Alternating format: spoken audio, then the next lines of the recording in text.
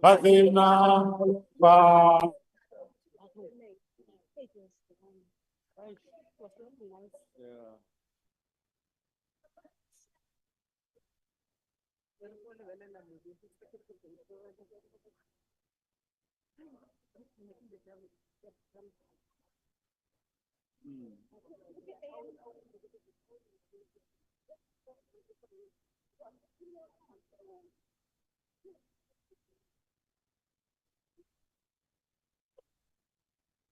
Pernah panna aru ulama. Marabasa di babu la bakenya di.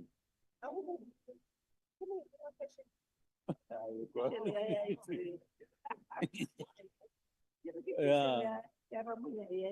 No, no, no, no, we don't. Born. Okay, boy. Azab promogi. Ukara vanna batari jadi loga ma berapa ini snack.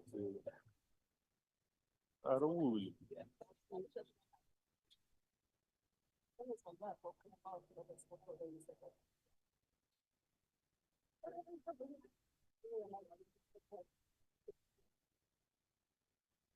Punya apa orang kesilo na narasho. Orang Kongola, odra tum. Oh, sure. Oh, okay, all right.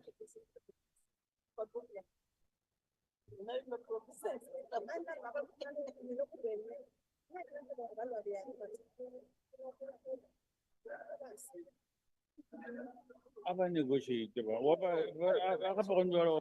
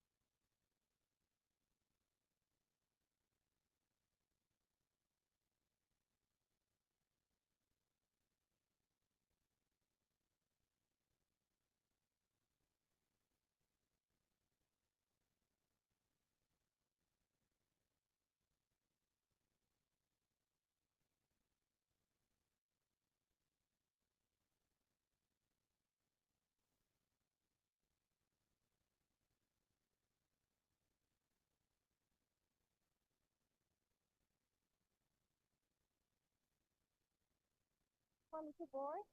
Hi, it's going. How you got the noise on your phone? Just get along. No, without this guys. I worry about you, really. I need the noise. The I worry about you. So there are days that I need quiet. It's not like when I'm running. Yeah. I run best when it's quiet. Like I need to hear the birds, and I can't stop the cars. If I cold, I'll stop the cars. Yeah. So that I only hear the birds and the dogs barking. That's it. That's all. That's it. Yeah. Hey, how are you? Otherwise, I said. Good.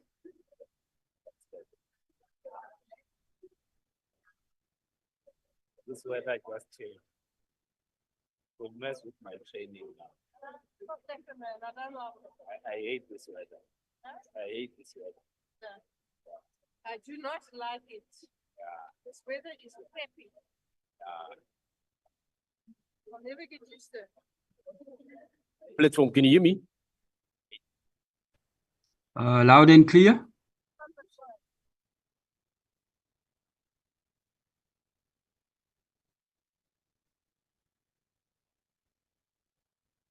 Platform, can you hear me? You are audible, sir. Thank you.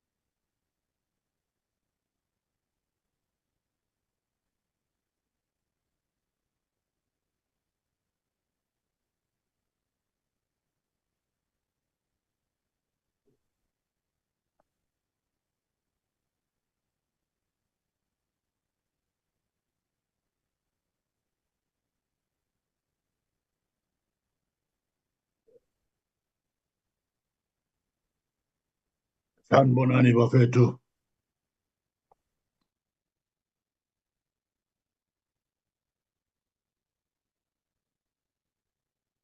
Yebo, sawubona ndaba ezithi.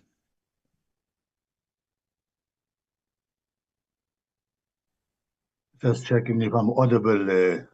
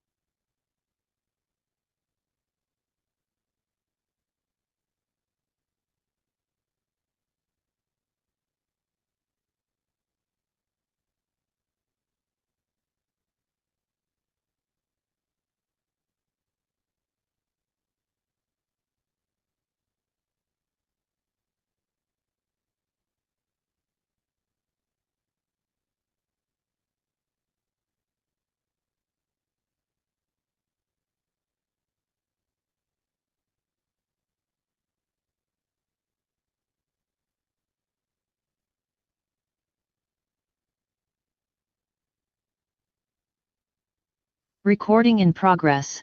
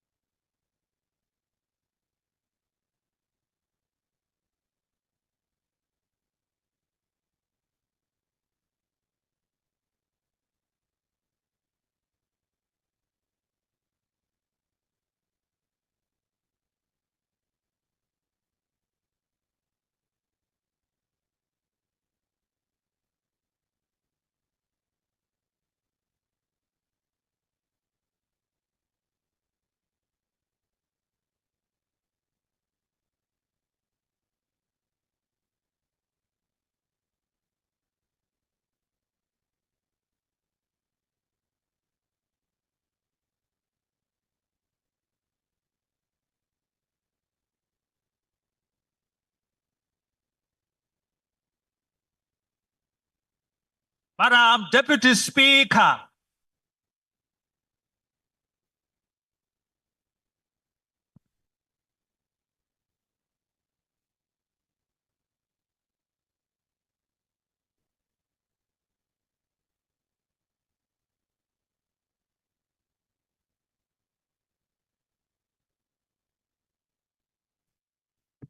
There will now be a moment for silent prayer or meditation.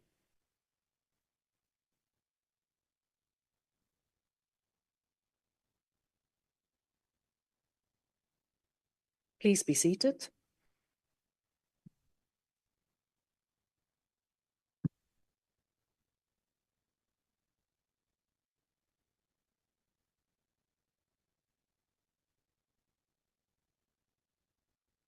Honourable members, order. Honourable members. Honourable members, as you may now all be aware, we received the sad news of the passing of the Honourable Lungianet Mnganga Kabashe on Saturday, 17 May 2025. On behalf of the presiding officers, I wish to convey our heartfelt condolences to the family, her political party and friends. A condolence motion for the Honourable Mnganga Kabashe will be scheduled at an appropriate time. May we please rise to observe a moment of silence for the Honourable Mnganga Kabashe.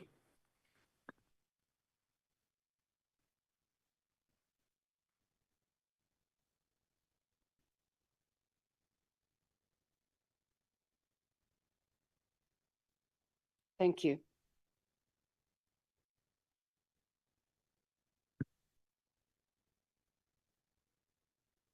The first item on the order paper is a motion in the name of the Chief Whip. I now recognise the Chief Whip. Thank you very much, Deputy Speaker. Good afternoon to you and good afternoon to honorable members in the House. Deputy Speaker, would like to suggest that the House revives the report of the Portfolio Committee on Water and Sanitation on oversight visit to Vembe District Municipality in Limpopo Province, a report that was tabled on the 1st of December 2022. From the state, it reached on the listing day of the 4th session of the 6th Parliament. Thank you. I now put the motion. Are there any objections? No objections. Agreed to. The second motion on the order paper is also in the name of the Chief Whip. I now recognize the Honourable the Chief Whip. Thanks once again, Deputy Speaker. The second one is that that the following item that was on the order paper and which in terms of the Rule 351 lives at the end of the last sitting day of the 2024 annual session be revived for consideration by the National Assembly. The report of the Portfolio Committee on Agriculture on oversight visit to ordained, that's a difficult word for me, ordained what? Yes, that one. Biological Products and Agricultural Research Council in Gauteng Province, 7 to 11 October, 2024. Thank you very much, Speaker. I now put the motion. Are there any objections? No objections. Agreed to. The next item on the order paper is members' statements. Does any member of the ANC wish to make a statement? Thank you. you. Thank you, Chair. Speaker, the ANC is humbled by the support after the by-elections held on Wednesday, 14 May across the country. These results are not just electoral wins, but a reflection of the ongoing efforts to renew and strengthen the movement. On Wednesday by-elections, the ANC comfortable retained wards in Soweto and in Pofana municipality in KwaZulu-Natal and won a ward of a local party in Namakwa in the Northern Cape. The ANC emerged the strongest winning 3 of the 4 wards contested by receiving nearly half the total number of votes. The strong by-election performance highlights our continuous resilience and committed to renewal, promising visible, responsive, and accountable leadership as it strengthens our bond with communities across the country. We commend volunteers, branches, structures, and community organizers who work to keep the party's presence alive in various areas. We commit ourselves to honoring the renewed mandate by serving with humility. Our renewal program is working, and we will continue to rebuild trust, deliver service, and fight for a better life for all. Thank you. The DA? Thank you, Honourable Deputy Speaker. Since the release of the concept document of the Transformation Fund 2 months ago, Minister Parks-Tau has been conducting a series of briefings to drum up support for his latest attempt by his department to beef up the tools available to him under the Black Economic Empowerment legislation to transform the economy. So it must have come as somewhat of a shock to him that a recent poll by Ipsos showed that only 11 out of every 25 South Africans, less than half the population, believes government should keep BEE going. The poll also found that unemployment and the failure to create jobs are the 2 challenges facing South Africa. So the question Minister Tau must ask is this: does BEE and all its manifestations, including the employment equity quotas now imposed on business, help or hinder job creation?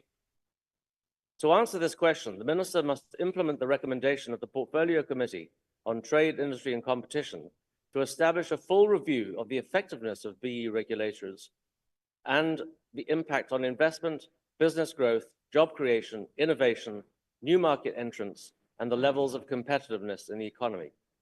It is in this context that the proposed Transformation Fund should be assessed. Will it help or hinder job creation? I thank you. The MK.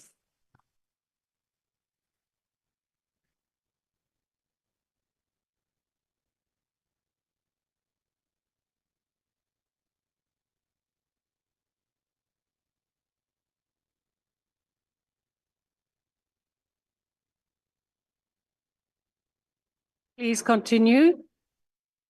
Madam Speaker, the camera is on.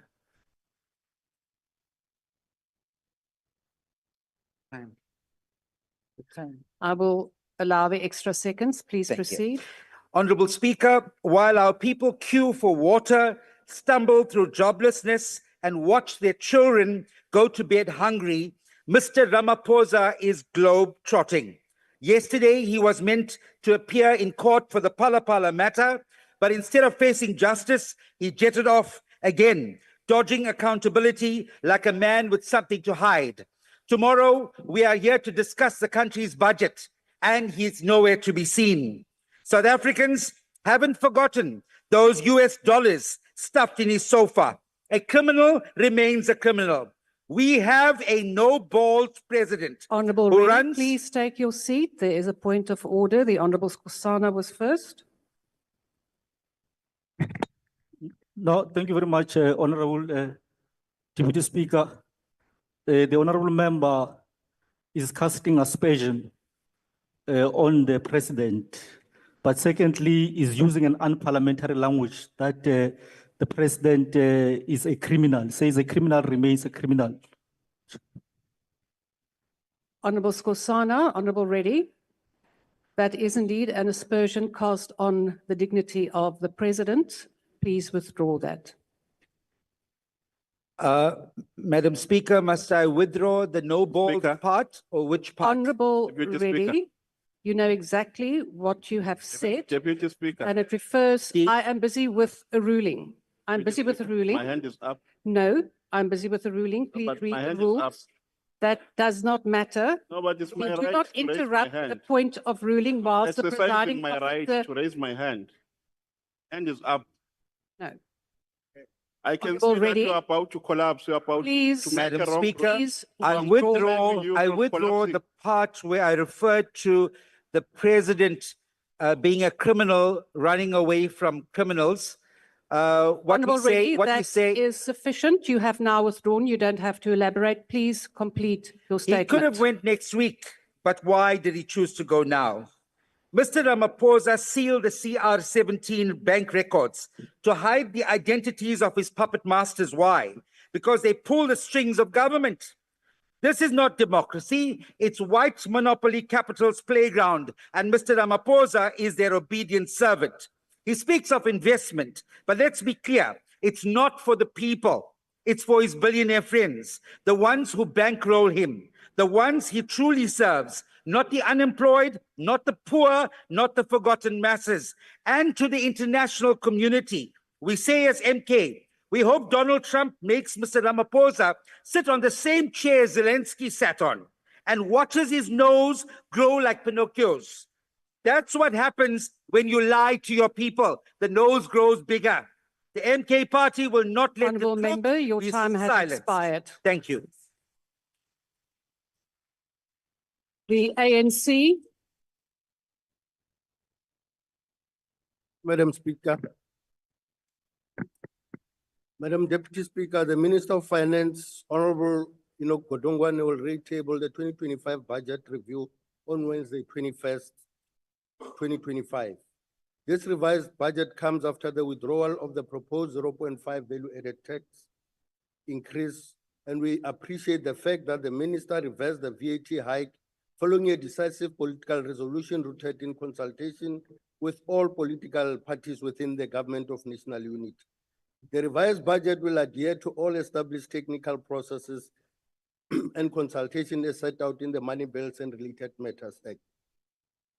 The African National Congress is looking forward to the coming revised budget, hoping for a budget that protects vulnerable members of society and address the needs of the poor. The budget should be balanced without the VAT increase, whilst aiming to protect vital services like education, health, and social grants. It should be people's budget.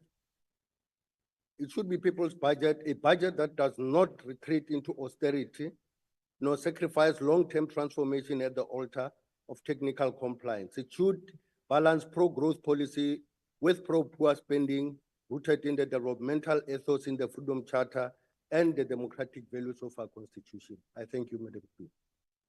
the EFF. Thank you very much, Deputy Speaker. The economic freedom fighters is discussed by the recent statements made by the AfriForum following the mishandling of the Kwekwe's case by both SAPS and National Prosecuting Authority. the ultra-right-wing organization, which has peddled disinformation about our country in defense of the racism, has now turned into demonizing and belittling a little girl who is failed by the justice system in this country, also in defense of entrenched racism at schools. Following an equal foolish statement by the NPA, coupled with mixed messaging in which they indicated that they have decided not to prosecute anyone for the rape of Kwekwe in November 2024, the racist nutcases at AfriForum are now making unfounded assertions that was never raped to begin with.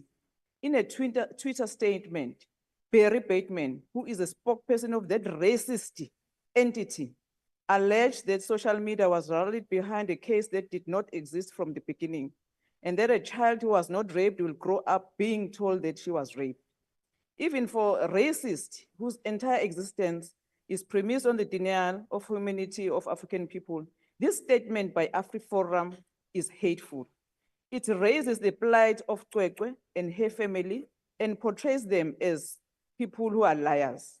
We take exception to this statement and will do all we can do as EFF in our power to hold these people into account, including reporting them Thank you, to the Honourable Human Member. Your Rights. time has Wait, I'm dealing expired. with a very serious case here of a rape.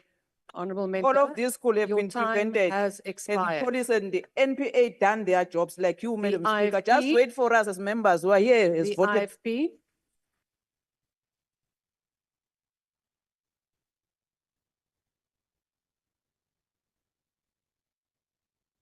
Thank you very much, Deputy Speaker. Speaker, I'm being harassed here. I'm being harassed here. And this man is always harassing us here in this meeting. Honourable Mkalipi, And we I are did going to not attend to you. recognise Honourable Please. Mkalipi, and do not make any threats to other members. You know full well that you may not do that. Honourable Member of the IFP, please proceed. Order, honourable members. Thank you so much, Honorable Deputy Speaker. The IFP is deeply concerned about the ballooning medical legal claims facing South Africa's public health care system, which now threaten its very sustainability. These rising claims, exceeding billions annually, drain already scarce resources from frontline healthcare delivery. Many of these claims stem from systemic failures, staff shortages, poor infrastructure, and inadequate training, all characteristic of broader governance and administrative weaknesses. To address this, the IFP advocates for urgent reforms, strengthening accountability mechanisms, investing in healthcare infrastructure, and prioritizing staff training to reduce errors. Additionally, the party calls for legal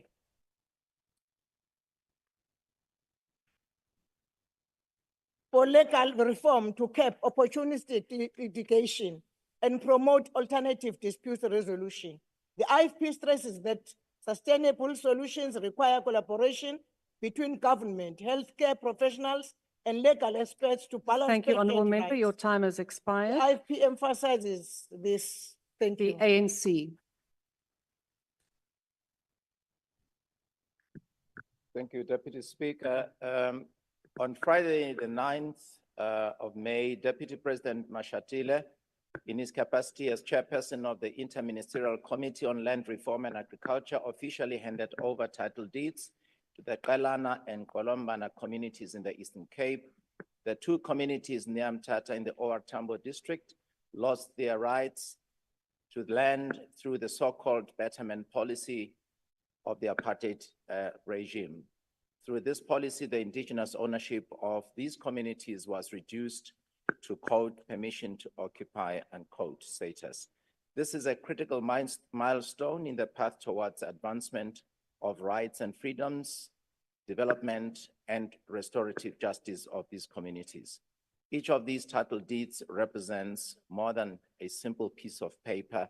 Each represents ownership, security, pride, and dignity. These title deeds embody the rights and advantages that come with being full custodians of the available resourceful land. the dispossession of the Colombana community in 1936 and 63, and the dispossession of the Kalana one in 1957 and 1963 in particular was not just an act of land theft. It was an assault on identity, family, and heritage. The ANC encourages the communities to use the land productively, as beneficiaries should immediately not sell the land, but rather work it to create Thank you, Honourable sustainable Member. Your livelihoods time has and further expired. economic growth. Honourable Dugmore. Order, please. Bosa. Must bring fertilizers. Thank you, Madam Deputy Speaker. On 13 May, the Special Investigating Unit exposed how billions of rands meant for clean water in rural communities were looted under the guise of infrastructure development. Projects like the Vuwani pipeline and the Lepel Guyani scheme that are meant to bring dignity and life-saving services to our people were turned into playgrounds for corruption. The SIU uncovered rampant tender splitting, unlawful contract awards, and violations of the Finance Management Act that are extreme. Over 4.1 billion was paid out in the Lepele Guyani scheme alone, much of it without any competitive process. And when the heat came, the officials responsible simply resigned and they slipped away with no consequence. It's not just financial misconduct, it is a betrayal of constitutional rights of South Africans, because behind every stolen contract, there's a child drinking from Ramadi River, a family cooking with contaminated water, and a community that does not have hope. What's worse is that this is a pattern. There's a deliberate weakening of oversight mechanisms, and it's a designed dysfunction.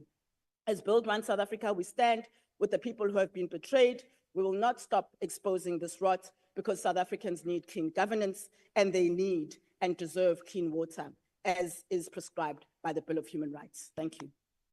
The DA. Thank you, Honourable Deputy Speaker. This past weekend brought an end to a severe water crisis in the Knysna municipality, which had left parts of the town without water for nearly 10 consecutive days.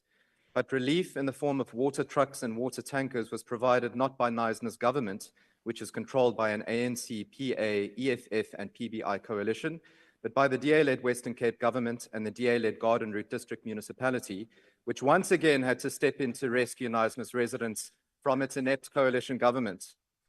So blatant is the governance negligence that Knysna's own mayoral committee member for infrastructure services, Beauty Charlie of the Patriotic Alliance, chose to spend this time at a party political event in Gqeberha, instead of being on the ground in Knysna to ensure that residents had water. Were it not for the intervention of the DA-led provincial and district governments, Knysna's residents would still be left high and dry. I would like to commend Knysna's organized civil society, such as the Greater Knysna Business Chamber and its infrastructure grouping, AfriForum, Gift of the Givers, as well as the hardworking Democratic Alliance councillors for working tirelessly to donate and distribute empty bottles. Honourable members, order. Honourable Mkaula, please allow the member his right to make his statement. Please proceed, Honourable Member. For working tirelessly to donate and distribute empty bottles and containers to help move water from tankers into households. Knysna is but one of hundreds of examples demonstrating what many South Africans already know, that where the DA governs, taps have running water. Residents must remember that their vote ultimately determines whether they have water at home or not. Thank you. The ATM. People of Hammanskraal didn't have water under the DA. The ATM. Honourable Member, I did not recognize you. Honourable Member of the ATM. Thank you, Deputy Speaker. On behalf of the ATM, I rise to extend our heartfelt well wishes to the 12 Apostles Church in Christ, KCC, as they commemorate the International Apostle Day, a significant occasion in the life of the Church and its faithful. This sacred day honors the divine calling of apostleship, marked by sacrifice, unwavering service, and lifelong servitude to the people of the world. Under the visionary leadership of Chief Apostle Caesar Nongonga, whose spiritual mandate was passed down by the late Chief Apostle Phakathi, this day is given a greater meaning. Chief Apostle Nongonga has consistently demonstrated that apostleship is not merely a title, but it is a solemn duty. Through his steadfast commitment to the teachings of Christ, his selfless service to communities, his bold voice for morality and social justice, he has shown time and time again that he's willing to carry this sacred burden, even at a great personal cost. We salute the leadership of JCC. We pray for peaceful, spirit-filled, successful commemoration of the International Apostle Day. May this continue to inspire generation of servants who live not for themselves, but for the upliftment of humanity. We stay committed to the calling, one church, one vision, one God. I thank you. The ANC.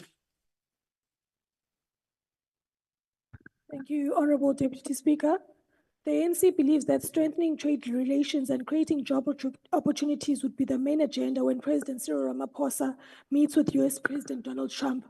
The outcome of this face-to-face meeting is critical for the future of South Africa and the US relations, as relations have been rocked by a series of hostile executive orders and statements from Trump and his government. Among them is terminating US aid and imposing huge import tariffs. President Ramaphosa is also expected to clarify the baseless accusations of genocide against white Afrikaners in South Africa. On Monday, 12 May, 49 Afrikaners from South Africa arrived in America after being granted refugee status by President Trump's administration. Despite the tension, we believe President Ramaphosa will have a constructive engagement with his American counterpart. We are expecting the highest level of decorum and necessary protocols to be accorded to the President of South Africa. Thank you. The MK. Is there anyone from the MK?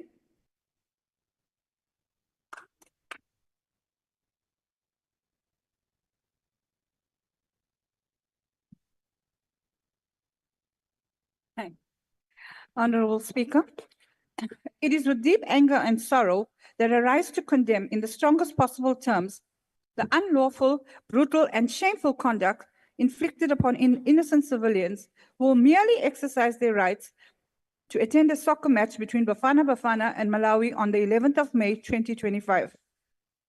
Now, what was supposed to be a celebration of African sport and unity descended into a scene of chaos, fear, and state-sponsored violence. Men, women, and children came in peace to support their national team and were met with intimidation, physical assault, and reckless crowd control tactics by the very same forces that were meant to protect them. Eyewitness reports and viral videos show stun grenades being used indiscriminately, rubber bullets fired at close range, and ordinary citizens trampled in the stampede that followed. The air reeked of tear gas, panic, and trauma. And yet, up to now, no official has taken accountability, no investigation has yielded answers, and no justice has been served. Madam Speaker, this is not a mark of a democratic state. This is a symptom of a system in decay where the rights of our people are discarded with impunity and public gatherings are policed as if they were acts of rebellion. We must ask, who gave this order? Why was the situation allowed to escalate? Why were our citizens treated like criminals for showing patriotism? The Mkhonto Party stands with the victims of this atrocity. We demand a full independent inquiry. Thank you, Honourable Member. Your time has expired. We will. The EFF.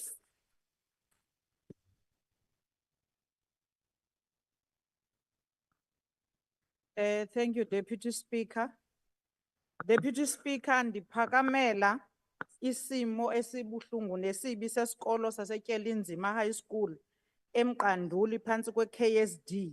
Esi sikolo saripotwa kwi-legislature yase-Eastern Cape engazange yenza nto, even though i-portfolio committee yaye yafika yenza unomgogwana we-hearing yawugqiba yahamba. Ii-toilets zezi sikolo ziyi-22 kunamhlanje zinyakazela impethu kuba aziklinwa azenziwa nto, ziitoilet zebhakethi ke ezi abazinikwayo. Isikolo sinamagumbi less than abantwana besi sikolo bangaphezulu ku-1200, iiklasi abazinikwayo ziyi-13, iklasi nganye inabantwana abangaphezulu kwe-120. Sithetha nje iitishala zihambe zayostaja iprotest eMthatha kwa-Department of Education. apho bayodimanda ukubana ngaba bahoywe. And then le yonke le nto leyo ibangela into yokuba i-core business yesikolo into ekukufundisa abantwana ingenzeki. Abantwana kunamhlanje bashiyeke bodwa, into esifuna ukuyiqonda ukuba uminister uza kwenza ntoni na ngesi simo, ngoba aba bafundi kunye nabafundisi ntsapho bagcwala iklinikhi ekufutshane apho bayela izifo zangaphantsi abazithatha kwii-toilets akufuneka bazisebenzisile. Apho kuphekelwa khona i-feeding scheme ngumkhukhu omdaka. Amatanki awanamanzi kuba xa bethenge amanzi amatanki abanawo mane ayavuza onke babawophiwe ngexesha le-disaster. Urhulumente wase-Eastern Cape Thank you, Honourable Member. Your akabakhathalelanga, time has akazange bahoywe. expired. The ANC.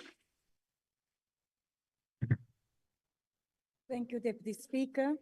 Gun violence continued to plague parts of Cape Town with over 350 shootings recorded in the last 28 days.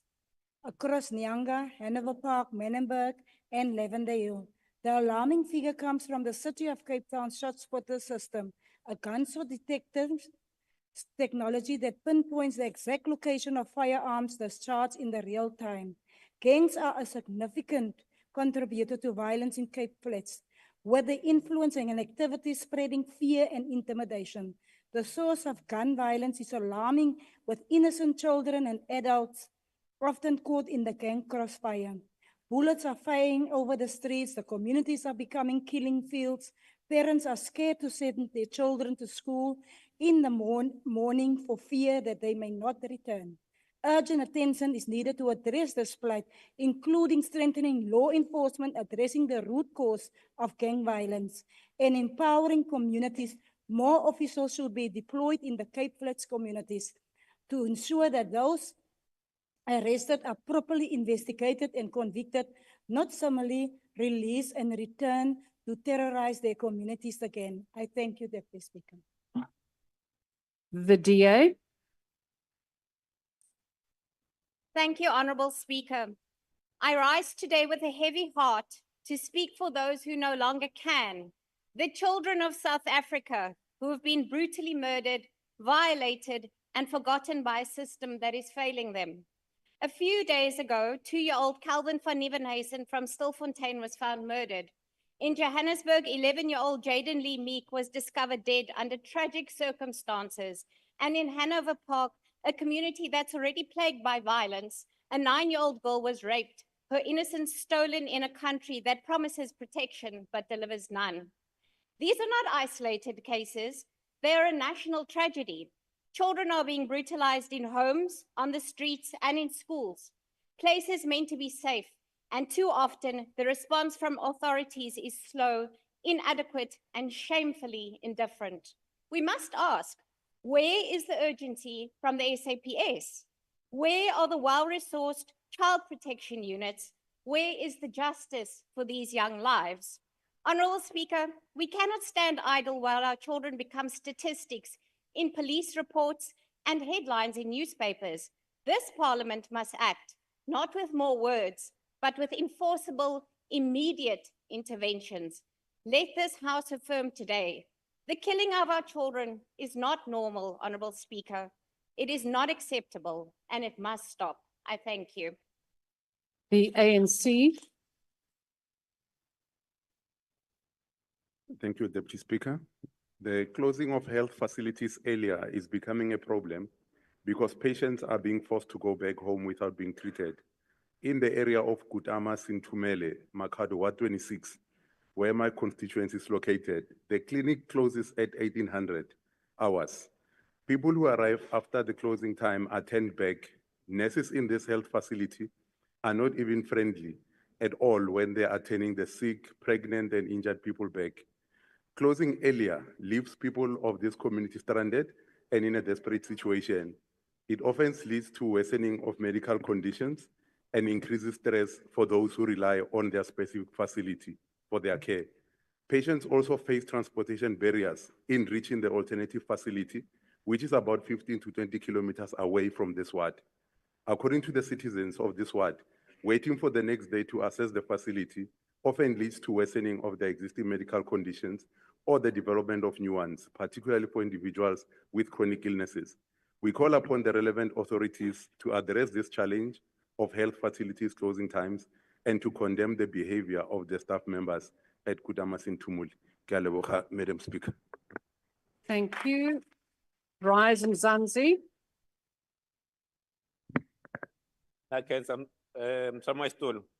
Today, I celebrate the news that the Department of Home Affairs has cancelled the deal that allowed Betway to place advertisements at 25 Home Affairs offices.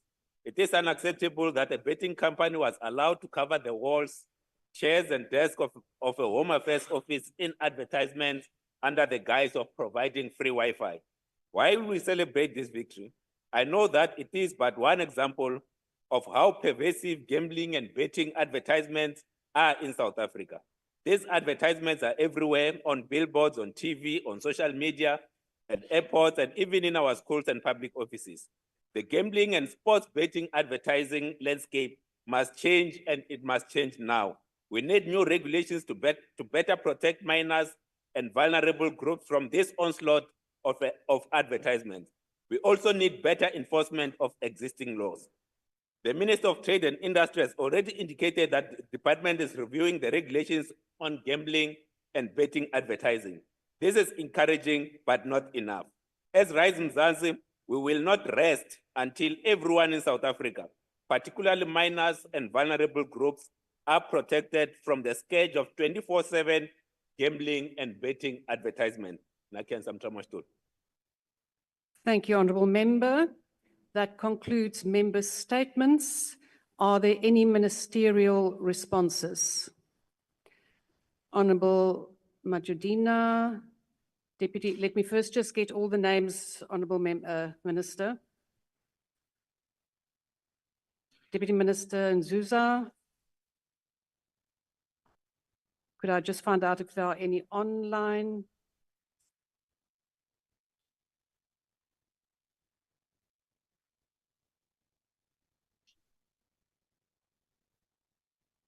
Thank you, Honourable Minister.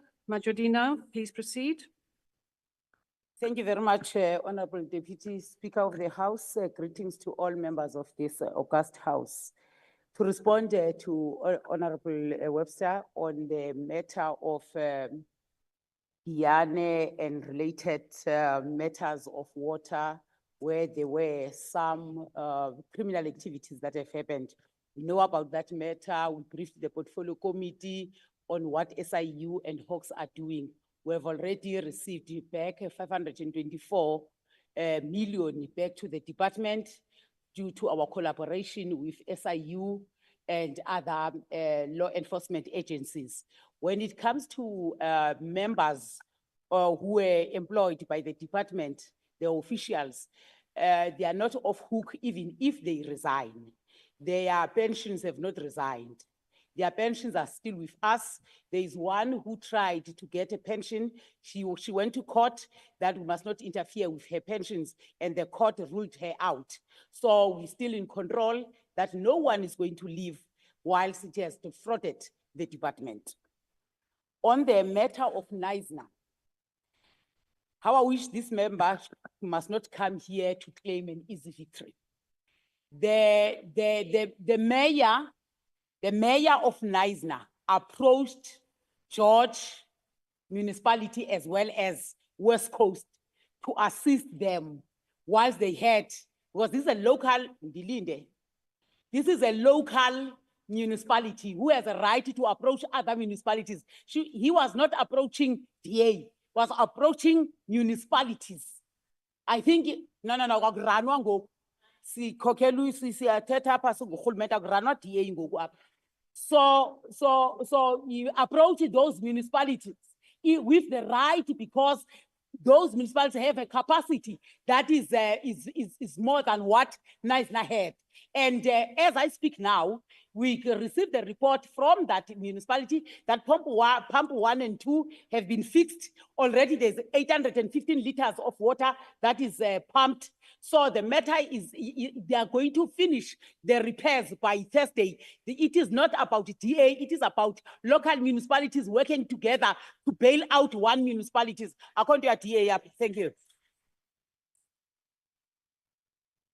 Deputy Minister Nzuza.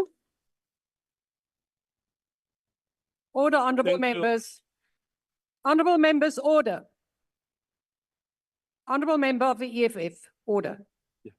No, thank you very much, Chairperson. Indeed, Honorable Ghana, the posters have gone down. We have also written to the people we had an MOU with on the free Wi-Fi issue, and we have also been given assurance that they will never come back.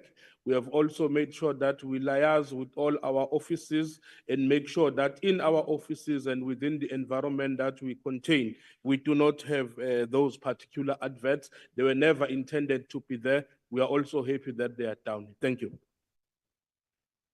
Deputy Minister Whitfield.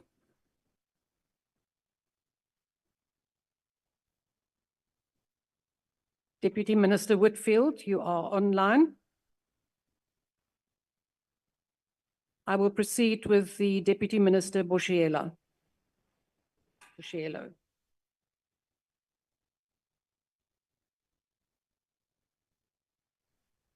Thank you very much, Deputy Speaker.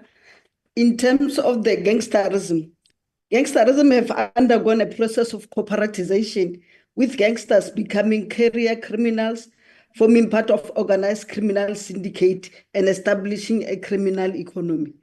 Gangs and organized criminal groupings, including street gangs, prison gangs, and extortion gangs, play a dominant role in the narcotics trade, with some having links to transnational grouping.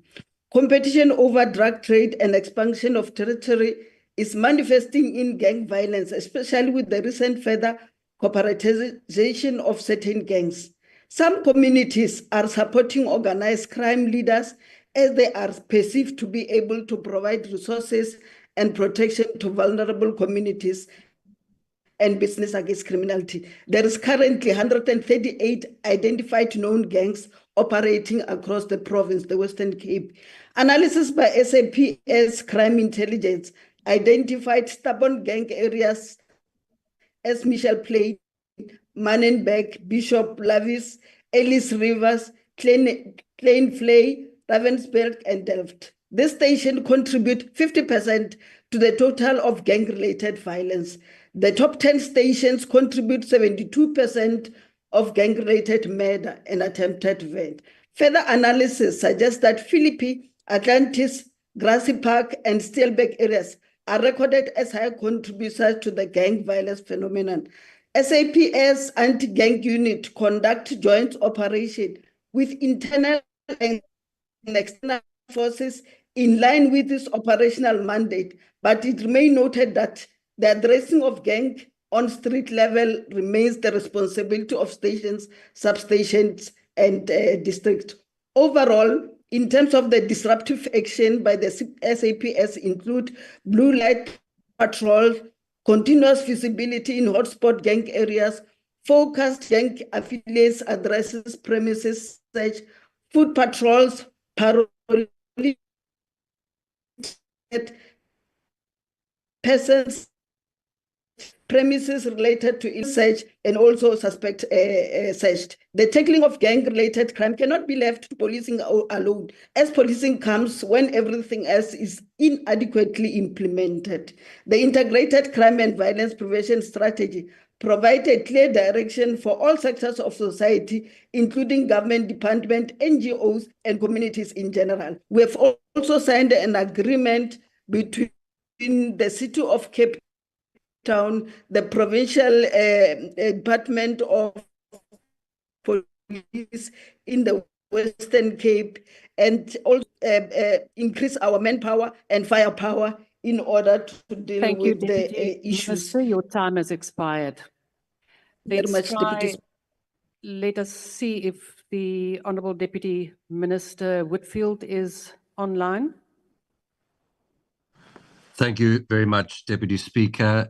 Just in response to Honourable Chance, earlier this year in a Portfolio Committee meeting, the Honourable Member will recall that the Minister of Trade and Industry and Competition did indicate that he would conduct a review of broad-based Black economic empowerment.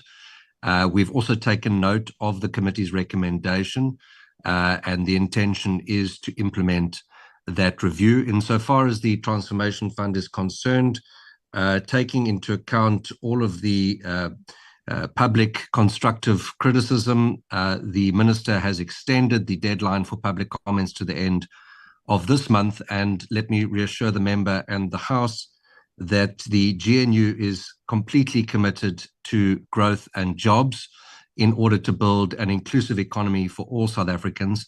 And anything that harms that project should then get the scrutiny or receive the scrutiny of this House, and will certainly receive the scrutiny of the ministry. Thank you very much.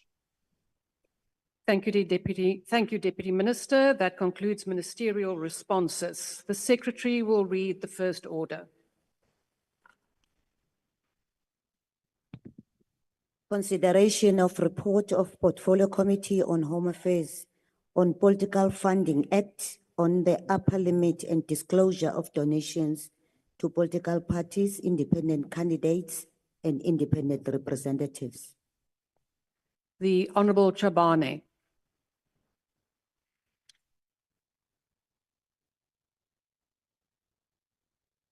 Thank you, Deputy Speaker, honorable members. We join the ANC family in extending words of comfort and condolences to the Kabashe family on the passing away of our colleague and the chairperson of Portfolio Committee of Tourism. It's a great loss to the ANC Women's League, the entire Congress movement, the people of South Africa, which serves selflessly and with dedication. May her soul rest in peace. Deputy Speaker, transparency and accountability are the guiding pillars of our democratic process, and this motion is yet another layer through which this Parliament enhances openness in our political and electoral environment. Members will recall that in May 2024, the National Assembly passed a resolution without specifying the upper limits for donation or this disclosure threshold, allowing the President to develop regulations. By vote counts challenged this in court after the passing of the Electoral Matters Amendment Bill, Act 2024, and the Western Cape High Court ruled that a legal lacuna had been created. The Western Cape High Court judgment provided a temporary rate in setting the upper limits for donation to 15 million and the disclosure threshold 100,000 respectively. This rate in set up limit and the disclosure threshold are equivalent to the previous use framework, which was arrived at without empirical evidence or taking into consideration the cost of running political parties and independent activities. The Constitution of the Republic of South Africa promotes democratic ideals and the accountability of political activities. For this purpose, the Constitution recognizes the centrality of democracy and the rights of citizens to participate in the country's political life. Section 24, subsection 1A of the Political Party Funding Act require National Assembly resolution to enable the President to develop regulations regarding the maximum amount of a donation that may be accepted from a person or entity within the financial year, the threshold amount at which all donations must be disclosed. To this extent, the committee advertised through various platforms of the media inviting written submission from 25 October to 22nd November 2024. This motion was taken through a rigorous public participation process in line with Section 59 of the Constitution, which compels Parliament to ensure a meaningful public participation. On the 3rd December, the committee further invited stakeholders for oral public hearing. Deputy Speaker, following the engagement with the stakeholders, the committee resolved to change the quantum and tasked the Parliamentary Budget Office to commission a study or benchmark on instrument to use in facilitating amending the lower and the upper limits. The decision was taken because the original rationale and assumption underlining the 100,000 and 50 million established in 2018 were unavailable. The Electoral Act provides the President that the President determine amount after National Assembly resolution. He must consider the actual contribution of public funding for political purposes, inflation, cost of running parties' affairs, and independent representative activities. The committee debated various scenarios or options made in public hearings, including the contribution by PBO. It centered around the inflation cost of running the affairs of political parties and independent activities, the limitation of the state to fully fund political parties and independent representatives, as well as administration burden on parties to declare smaller donation. The committee used an inflation-adjusted recalculation of the threshold premised on the assumption that the initial threshold figures were deemed reasonable. This adjustment aim to preserve the value of the threshold over time and mitigate the effect of inflation's pressures. In addition, the electoral system is in process of being reconsidered by the Electoral Reform Panel, which could as well affect the party funding legislative landscape. The committee is of the view that the proposed motion achieves the necessary balance between the dual objective of considerable costs to run the political programs and need for transparency. In the light of the Party Political Funding Act, the committee reaffirmed its decision taken towards the end of the sixth administration to review the Party Political Funding Act. The IEC was tasked to commission a study which will determine whether the Act is achieving its stated purposes. In this regard, IEC will next month host a colloquium with all stakeholders, including the political parties, to assess the impact since passed by Parliament in 2018. Deputy Speaker, having considered the matter setting up the upper limits and disclosure threshold in terms of Section 24, subsection 1A of the Political Funding Act, we hereby propose that the National Assembly make the following resolution. That when the Electoral Matters Amendment Act 2024 came into operation on the 8th of May 2024, and is confirmed by the High Court in a matter of my vote counts, a lacuna in law had been created. Further note that although the High Court in the above matter provided a read-in as a temporary relief to address the lacuna in law in respect of Section 8, subsection 2, and Section 9, subsection 1A of the Act respectively, the High Court expressed its expectation that Parliament will attend to the matter on behalf of the people of South Africa. Accordingly, in terms of Section 24 of the Act, we resolve that the President, as soon as reasonable possible, make regulations regarding the amount contemplated in the section as I highlighted, and recommend that the President in that regard consider the following amounts determined by the Assembly following a public participation process as appropriate.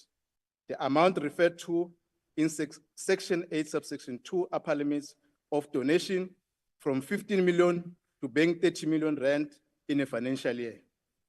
The amount referred to in Section 9, subsection 1 of disclosure limit from 100,000 to 200,000 rand in financial year. On behalf of the Portfolio Committee, we therefore table this report to be considered and approved by Parliament. Nakens. The Honorable Ngubane.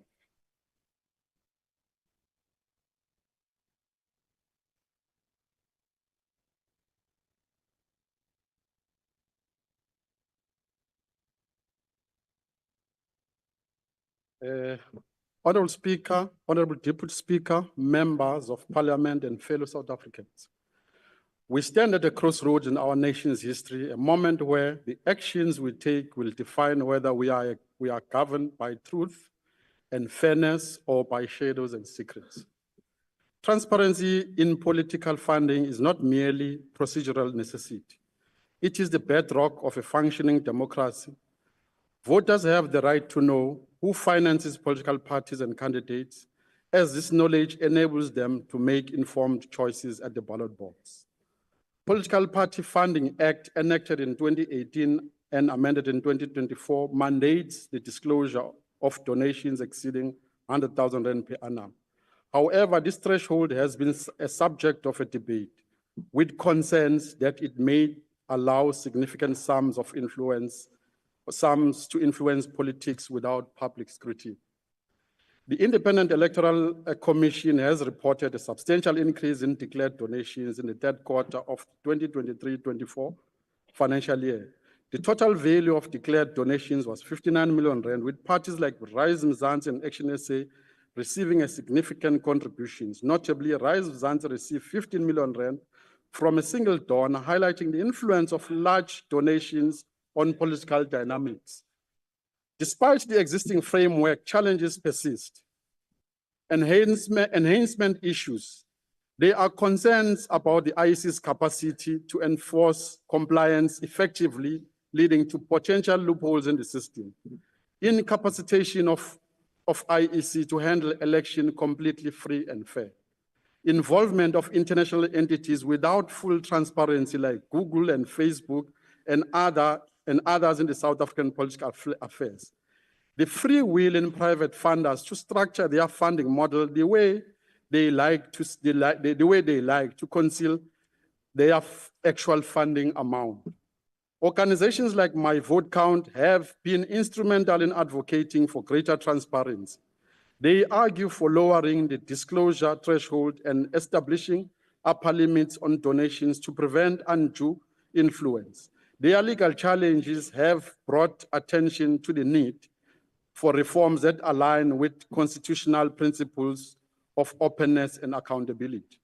The inclusion of independent candidates in our electoral system necessitates a re-evaluation of funding regulations, ensuring that independents are subjected to the same disclosure scrutiny as political parties, which is essential for leveling a playing ground. In light of these considerations, we propose the following: strengthening enforcement, providing the IEC with adequate resources and authority to enforce compliance is crucial. Enhancing public funding, increasing public funding for political parties can reduce reliance on private donations, promoting equity and ownership of our democracy by the people. The MK Party demands total transparency and accountability. We want to know who is funding who and what the expectation from the funder is. Order, honorable members. Order. Those entanglements must be spelled out clearly in conjunction to the transparency in the voting itself. The capacitation of IEC, the competency of IEC, because as it stands, all these things are questionable. Let us go further in addressing the elephant in the room, which saw the political funding of individuals through their trust, sealing of bank statements by courts in protection of those individuals and judges, as well as private sector companies that want to usurp the will of the people. We saw this with the Pala scandal, the biggest stain of our accountability and transparency in the country today. Honorable speakers, the Pala scandal is not just a tale of theft. It is a symbol of what happens when power is placed above accountability. In 2020, foreign currency hidden away in furniture was stolen from President Cyril Ramaphosa's private farm. The amount allegedly $4 million. Take your seat. There is a point of order. Honorable Reddy. Madam Acting Speaker, the member from ANC is conversing or howling so loud he's drowning the speaker. Please bring him to order. Thank you. Honorable member, all members must please keep the volume down so that the speaker at the podium is audible. Honorable Ngubane, please proceed. Honorable Speaker, Reddy, the you are now doing scandal, exactly what you Honorable complained Speaker, about. the Pala scandal is not just a tale of theft. It is a symbol of what happens when power is placed above accountability. In 2020, foreign currency hidden away in furniture was stolen from President Cyril Ramaphosa's private farm. The amount allegedly an astronomical sum of which there is still no adequate explanation of what happened today. This was money hidden from the people, money concealed from the revenue services, the money that raises questions about its origins. When this came to light, the reaction was not swift accountability. Instead, it was obfuscation. It took whistleblowers, not the structures of our state, to bring into the public domain. And when it did surface, what followed was dance of half-truths, delays, and political shielding. Till today, we have an unresolved sealed bank statement of an individual that was funded through trust or his private entity. No accountability, no transparency, no disclosure. So today we are busy wishy-washing about disclosure of maximum and minimum political funding, but we can't even disclose when individuals are funded through their trust. So we are here again to waste the public's time. The Political Funding Act, transparency for few and a shadow for the powerful and wealthy.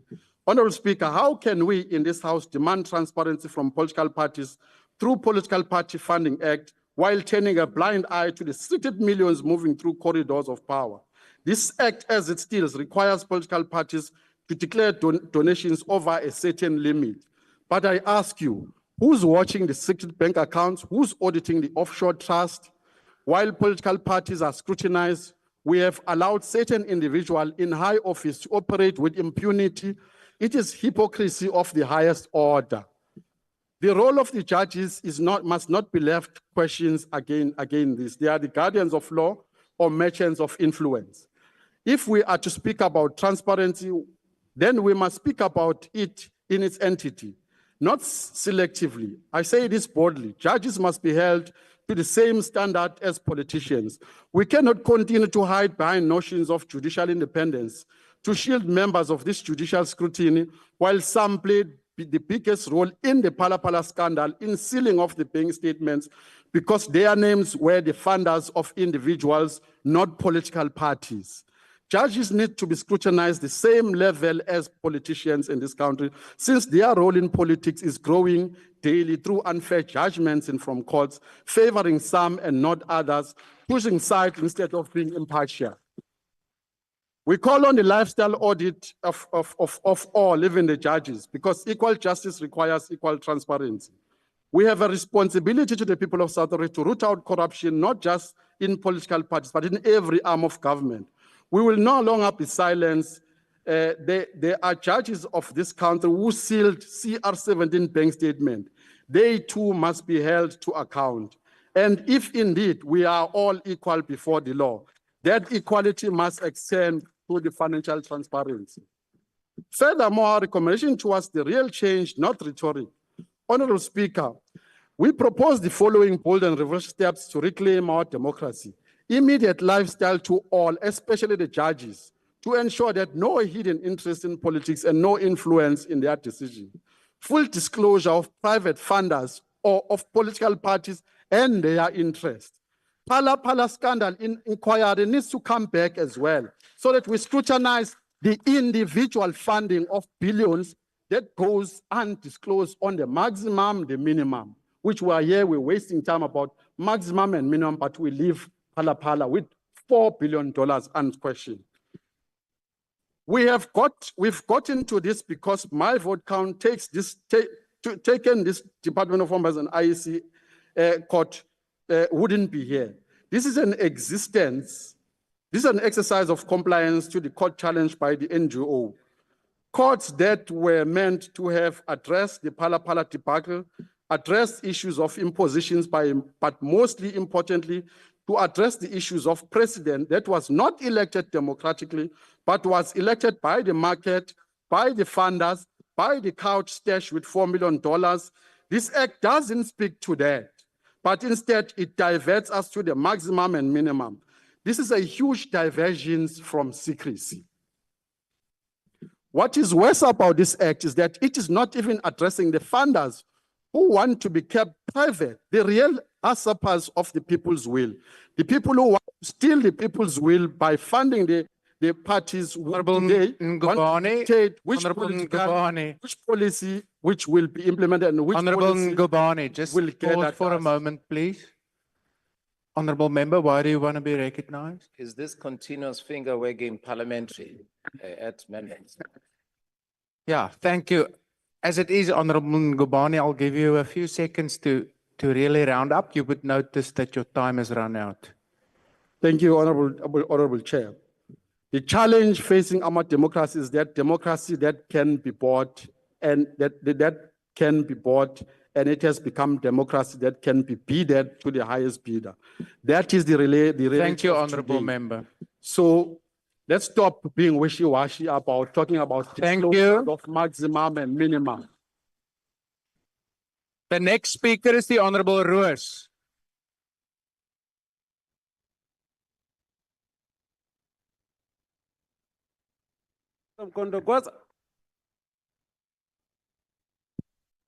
Thank you, House Chair. The Democratic Alliance supports the technical amendments before us, specifically the proposal to set the disclosure threshold to 200,000 and the annual upper limit on donations to 30 million rand. These figures have remained unchanged since the Act came into effect, despite inflation and rising campaign costs. For legitimate political activity to remain viable, the regulatory framework must evolve with the economic context. However, when this House considers the Political Party Funding Act and the regulations and resolutions that develop from it, we need to consider where we are in our democracy. South Africa is rising from the 9 wasted years of state capture, and not everybody is happy about it, particularly those on our left. The builders in the Democratic Alliance have led the way in clean governance, fighting corruption, and focusing on growing the economy to create jobs. The breakers have set about focusing on opposing this change. It's like a marketplace where the traders convinced leadership in the name of fairness to place a large set of scales in the center of the marketplace. They declared from now on, all trade must be done openly, no secret deals, no shady dealings. Everyone must use these scales so that their transactions are fair and transparent. From the proposal, it was a noble idea. Honorable Ruas, just take your seat for a moment. Honorable Skosana. Honorable Chair, I just wanted to ask the Speaker whether he can take. We first inquire whether he's prepared to take a question. Yes, I wanted to say that. But I'll inquire, pause your question for now. No, it's not a question. I just want to say to him, Speaker. No, Honorable Skosana. But This is not an opportunity to engage. This is not that I'm not format of a debate. You either have a point of order. Yes, a point of order, yes. No, what is your point of order? My point of order is, can he take a question about a land theft? No, thank you. Thank you.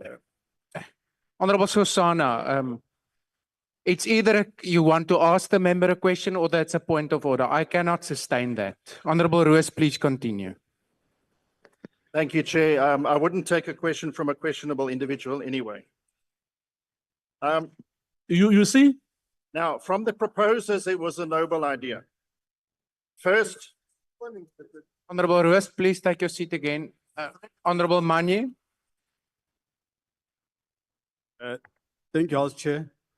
The member on the podium is casting aspersion on our member. So I would ask you to rule on that. What exactly was the words that casted an aspersion? He said he's a questionable individual. That means he's imputing an improper motive on a member, and that's a violation of Rule 85. Okay, I'll consider that within the context that it was used. Honorable Skosana, is that a new point of order? Yeah, please, Chair, don't defend the Speaker. No, I've already indicated I will consider the answer and make a ruling. Honorable Ruiz, please continue. Thank you, Chair. Chair, from the proposers, it was a noble idea, these scales. At first, many welcomed it. But over time, something shifted. Certain well-connected traders were allowed to adjust the weights. Honorable Ruiz, there's another point. Honorable Reddy, Thank you. Is that something Thank you, new? Acting Speaker. Will the honourable member be prepared to take a question on his? No, thank you. We've already indicated, you know full well that we first inquire whether the member is prepared to take a question. Pause there. Honorable Ruiz, are you prepared at this point to take a question?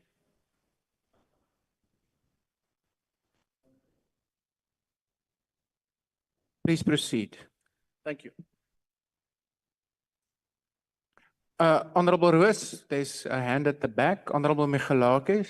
Thank you, House Chair. My apologies for doing this to my member at the podium, but Honorable House Chair, Rule 92 very clearly stipulates that frivolous points of order are not allowed. The member at the podium was literally asked seconds ago whether he is willing to take a question. Now, I do understand that if the chief whip of the opposition does not know the rules, you can't expect more from his party members. But frivolous points of order are not allowed in the House, and I would like you to please address that. Yeah, Honorable, I'm now first on the floor. I'm going to make a ruling on this.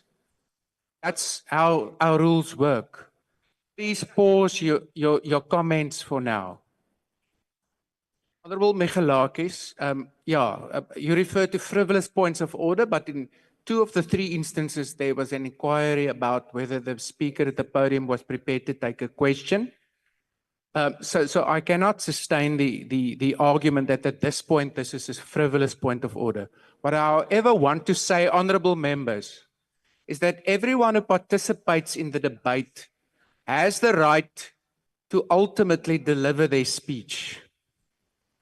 Our rules do deal with continuous interruptions to the point where the member no longer enjoys that right. So please respect the member's right to deliver his speech. I have noted, even when the Deputy Speaker was on the chair, that it would seem this House somehow is aggrieved that tomorrow there will only be one speaker, and now everybody wants to have a turn today. Let's please just get back to the debate. Honorable Roos, I'm quite sure you have substantive issues. If you deal with those, maybe you will also proceed further in this debate. Please proceed. Great, thank you, Chair. So we're talking about the scales in the center of the marketplace. And from the proposers, it was a noble idea. At first, many welcomed it, but over time, something shifted. Certain well-connected traders were allowed to adjust the weight slightly behind the scenes. Others, especially those not in favor with the chief trader, were required to record every item, every buyer, every motive in a public ledger. And soon, smaller traders and those without protection began to avoid the scale. Some even stopped trading altogether, afraid of being watched, judged, or excluded from future opportunities. The scale, meant to create fairness, instead became a tool of oppression, not because of its principle, but because of how it was applied. Chairperson, the Political Party Funding Act is our national political funding scale, a mechanism meant to weigh all party and independent candidate funding equally, in full view of the public.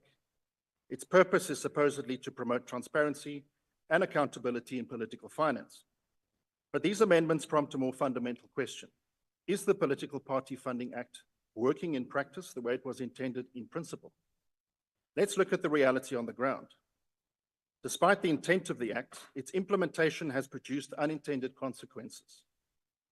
According to the Public Affairs Research Institute report, political pressure is often used to discourage donation to certain parties, and in some cases, donations are solicited under implicit threats.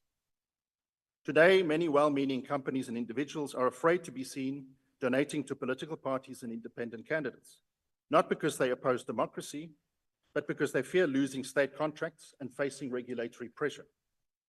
And this is where the scale becomes unbalanced. They allow indirect benefits from proximity to state structures by bad actors, while others are penalized simply for trying to compete fairly. This results in a chilling effect on donations to legitimate democratic actors. So what was meant to level the playing field is in fact tilting it. The creation of the Government of National Unity presents us with a historic opportunity to break the era of state capture and to build a political system where parties compete based on ideas and not patronage. But to do that, we must acknowledge where the rules are creating silent barriers. Where transparency becomes a risk, we do not empower democracy, we erode it. Let us also talk about the administrative burden created by this act. While large parties like the Democratic Alliance are equipped to handle the detailed reporting requirements, smaller parties and independents are not. This concern was raised during the public participation process on the Electoral Matters Amendment Bill and echoed by civil society organizations. It's not just about fairness in funding, but about fairness in access. When compliance requirements become so burdensome that only the biggest players can survive, we are not regulating democracy, we are fencing it off. Parties should be spending their time building policy to grow the economy, create jobs, and serve their communities, not navigating an obstacle course of red tape. This is why today we are calling for a comprehensive investigation into the real-world impact of the Political Party Funding Act, where we ask, is the Act achieving its constitutional purpose of promoting openness and fairness? Has it unintentionally entrenched incumbency and discouraged legitimate donations? Are the enforcement mechanisms adequate, especially in cases of underreporting? And crucially, is it enabling a vibrant multi-party democracy or silencing the voices it was meant to protect? Chairperson, the scale in the marketplace places unequal pressure on those who use it. When only a few can weigh their goods without consequence while others are penalized for even stepping forward, then we do not have fairness. The same is true of our funding legislation. We support the amendments to the funding threshold and limits before us. At the same time, we cannot allow them to become a distraction from the deeper issues that must be addressed. Let us fix the scale. Let us ensure that transparency does not punish honesty, that compliance does not crush competition, and that democracy remains a contest of ideas and not a contest of connections. I thank you. Thank you. The next speaker is the Honorable Mogale.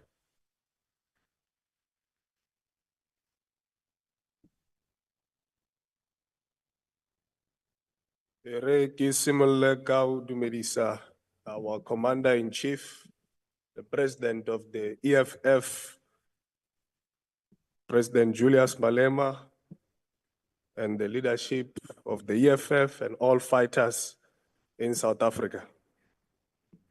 Madam Speaker, the Economic Freedom Fighters support the resolution to increase the disclosure and upper limit introduced in Parliament today. The resolution seeks to increase disclosure limit from 100,000 to 200,000 and to increase the upper limit from 15 million to 30 million. Political parties play an important function in our democratic system. They serve as a vital link between government and the people. They organize campaigns and mobilize voters to go out and vote during elections, and they help the people to understand complex issues of governance, like the EFF is currently doing with the budget process. Unlike running an NGO, which is funded by George Soros, to run a political party is not cheap. It requires lots of funding. The quarterly allocation that the parties receive from the state are not sufficient to cover all the work done by political parties. And as such, parties have to raise funds in order to survive. While we welcome and agree with the need to regulate political funding to promote transparency and accountability, we need to ensure that it is done in a manner that does not increase the administrative burden on political parties, some of which don't have the necessary administrative capacity to monitor and report on every single donation that they receive. South Africa is the most unequal country in the world, and this inequality expresses itself in the funding of political parties as well. The four major donors in South Africa are the Oppenheimers, Martin Moshal, Fane Bos, and Patrice Motsepe. And the four of them combined account for over 53% of the disclosed political funding in 2024. In the recent 2024 elections, we have noted with great interest the role of single large donors. Their involvement is not limited to just funding the likes of the DA, the IFP, Mapantiti, and the FF+. But they are now actively participating in the creation of political parties in South Africa, such as Rise Mzansi, BOSA, Action SA, and Change Starts Now, which couldn't even get a mere 1,000 signatures to register with the IEC and ended up having to close down, but it received 30 million rands. We call on the Portfolio Committee to summon these large donors so that they come and explain to the people of South Africa what are their motives. The people of South Africa deserve to know why the Oppenheimer family are spending over 200 million funding political parties such as Change Starts Now. But when workers ask for increase from the very same companies, they are told that there's no money. The Oppenheimer family has been at the center of South African politics for over a century. They have used their ill-gotten wealth harvested from the toil of black men under the belly of the earth to ensure that no politician or political party will rise to threaten their economic stranglehold in South Africa. They secure their economic interests by capturing politicians and political parties who don't have any principles and who just love money. The biggest achievement so far of the Oppenheimers has been the capture of the ANC and Cyril Ramaphosa in 2017. We know that these are the same forces that created this GNU and are working day and night to ensure that the DA-ANC marriage survives. For this reason, Mr. Cyril Ramaphosa has fought tooth and nail to hide those who funded his campaign in 2017 to become president of the ruling party. He did so because the very same group of racists who control our economy funded him. They did this to deepen their control of over the country by ensuring that they have their puppet occupying the highest office in the land. It is for this reason that we are in support Honorable of a Mogale, just hold on for a moment there. Please take your seat. I have a hand to my right.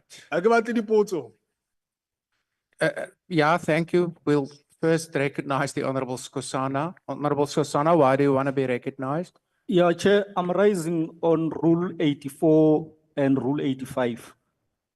Rule 84 on the use of unparliamentary language. The honorable member is referred to the president as a puppet. And then in terms of Rule 85, he says that the president was captured and funded. So it means the president is casting aspersion on the president, saying he was captured and funded by some capitalists and stuff like that. Yeah. Thank you. I'll take that and under consideration as well. Honorable member, please continue. Oh, thank you. It's captured. Capture is capture. Capture is capture. We're not going to withdraw that. He's currently in the US. He has ensured that Starlink is going to be present here in South Africa because he's captured. That is capture. It is for this reason that we are in support of a comprehensive measures to ensure that we root out capture in our politics. Thank you. Thank you. The next speaker is the Honorable Makit.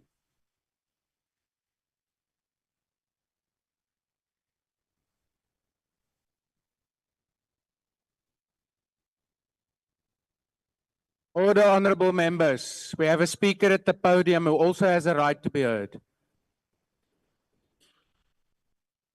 Honorable, thank you so much, Honorable. Honorable Mark, please just hold on. Are you covered? Okay. My apologies for the interruption. Just restore the time there. Honorable Mark, please start from the start.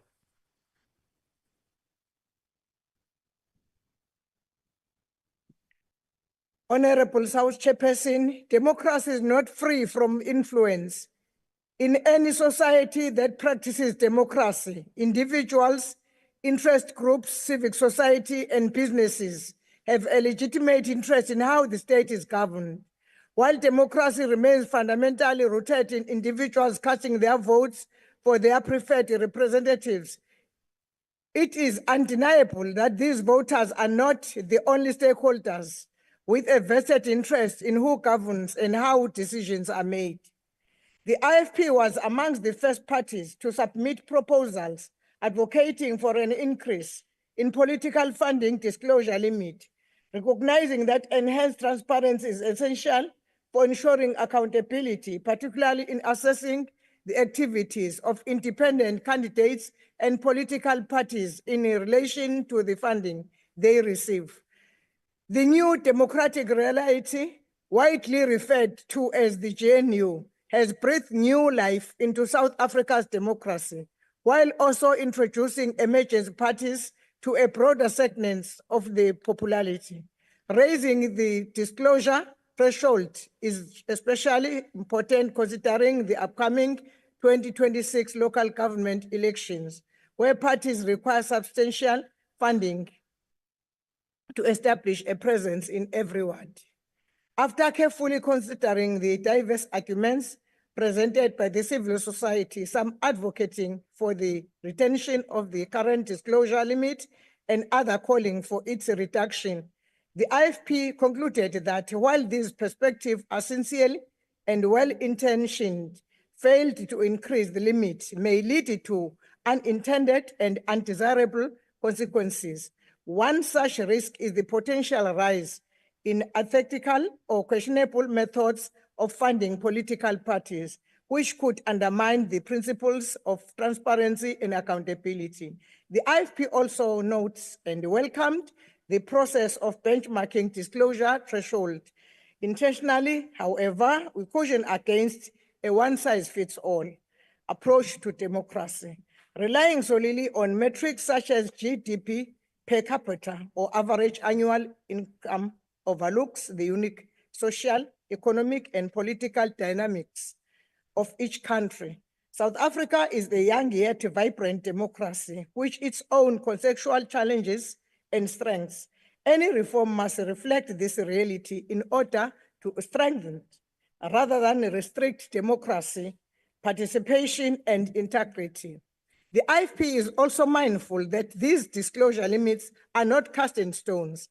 In terms of Section 21(1), Section 24. Honorable member, just hold on for a moment. Honorable Reddy, why do you want to be recognized? Thank you, Honorable House Chair. I was very worried. The Honorable member there from ANC, Monde, lucky they woke him up. His head was falling down. He was fast asleep. Thank you. Like he was collapsing. We are getting paid to come and work here. Yeah, that's not to come and sleep. That's not a point of order, and I don't think that's even a point of privilege. Let's get a pillow for that member. Thank you. I feel sorry for his. Honorable member, why do you want to be recognized? House Chair, can you just acknowledge that Honorable Reddy is wearing a new suit? He must stand up, he must clap hands, and he must keep quiet. Thank you. No, that's also not in terms of the rules. Honorable Maki, please continue.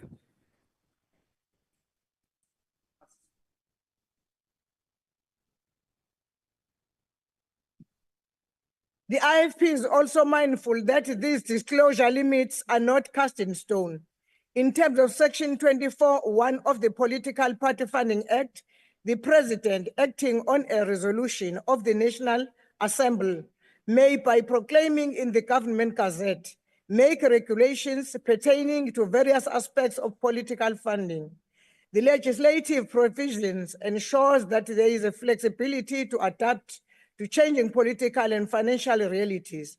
Accordingly, should circumstances evolve or new concerns arise, the matter can be revised or revisited and referred back to the National Assembly for further consideration and a potential amendment, ensuring the continuing relevance and effectiveness of the regulatory framework.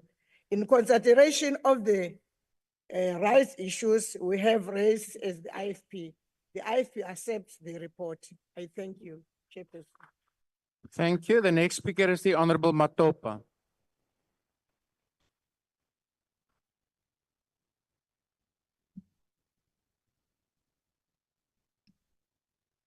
Thank you, Honorable Deputy Speaker, members of Parliament. In accordance with Section 24, subsection 1A of the Political Party Funding Act, Act number 6 of 2018, this House recognizes the fundamental importance of transparency and accountability in political party funding as a cornerstone of our democracy. This Assembly resolves that the President, acting on this resolution, must urgently promulgate regulations to give effect to a maximum donation cap of 30 million per financial year from a single donor as per Section 8, subsection 2 of the Act, to prevent undue influence by any individual or entity. Second to that, a disclosure threshold of 200,000 per financial year as per Section 9, subsection 1A, ensuring that all donations above this amount are publicly declared. This resolution comes in response to the lacuna in the law created by the Electoral Matters Amendment Act 2024, as confirmed by the High Court in My Vote Counts NPC versus the President, which rightfully emphasized that Parliament must act in a robust and urgent manner to safeguard democratic integrity. Transparency in political funding is non-negotiable. The people of South Africa have a right to know who funds political parties and how much is donated, ensuring that no hidden interests undermine our democracy. Political parties must always operate with openness, disclosing their donors as required by the law. This House further calls upon all political parties to voluntarily exceed these minimum requirements, fostering a culture of accountability and trust with the electorate. Let this resolution serve as a reaffirmation of our commitment to clean governance, ethical leadership, and a democracy free from COVID influence. We support the report. Thank you. Thank you. I now recognize the Honorable Dr. Mulder.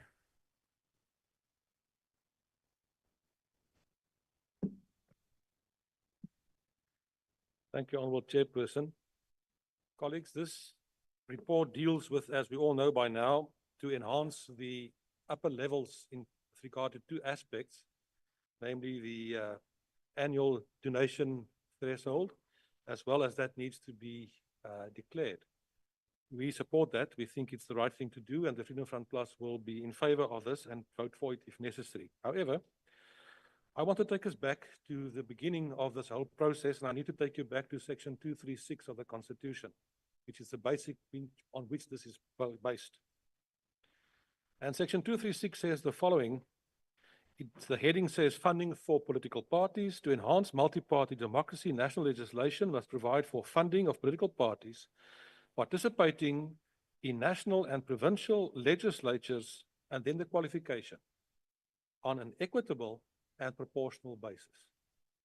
Now, that's what the Constitution says. Way back in 1997, the then ANC as the government with the National Party passed a law in Parliament, which is known as the Public Funding of Represented Political Parties Act of 1997. And in that act, provision was made in terms of what the Constitution says, equitable and proportional, that 10% of funds will be spent equitable and 90% proportional. If you look at the Constitution doesn't say it should be mainly proportional. It says first equitable and proportional. And we've been for the view right from the start that we need to challenge this act against this provision in the Constitution. However, in 2018, after long discussions and negotiations and committee processes, the act was changed.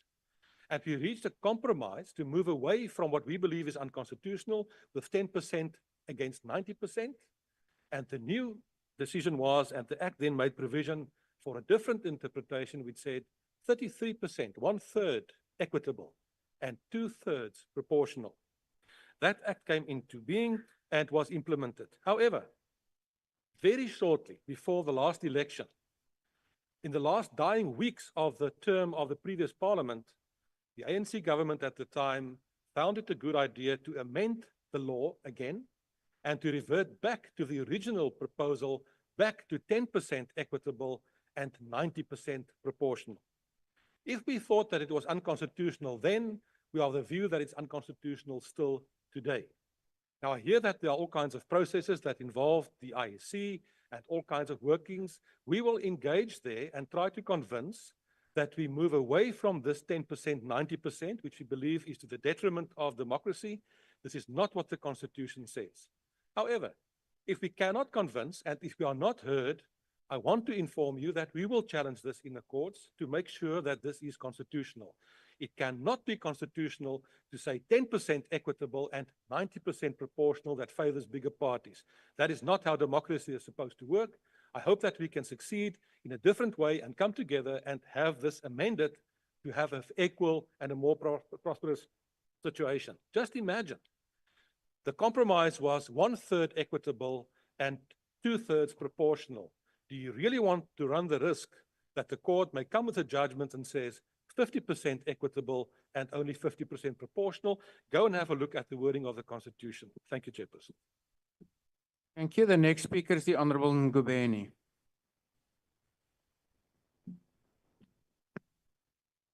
Thank you, House Chair. This report is a political equivalent of of rearranging deck chairs on the Titanic. It is a masterclass in distraction, focusing on thresholds, inflation adjustments, and international benchmarks, while ignoring the elephant in the room, the total failure to enforce the current rules. In the last election, we all witnessed lavish campaigns, stadiums, rallies, convoys, bikes, ho shotile di-chopper fela. Yet some parties declared paltry declarations that could not sustain such political activity. To suggest otherwise is implausible and an insult to the intelligence of the South African people who deserve transparency, accountability, and democracy where the rules apply to all. To be clear, this is not a threshold problem, but it is and has been an enforcement and compliance disaster. Meanwhile, we have lodged formal complaints against the ANC, the EFF, and the Umkhonto Party for running campaigns that defy financial credibility. Take the ANC, for example. Take the ANC's Ezulweni scandal, for example. In December 2023, the ANC... Order, honorable members. Let's listen to the Honorable Ngubane. It might be interesting. Ngobeni.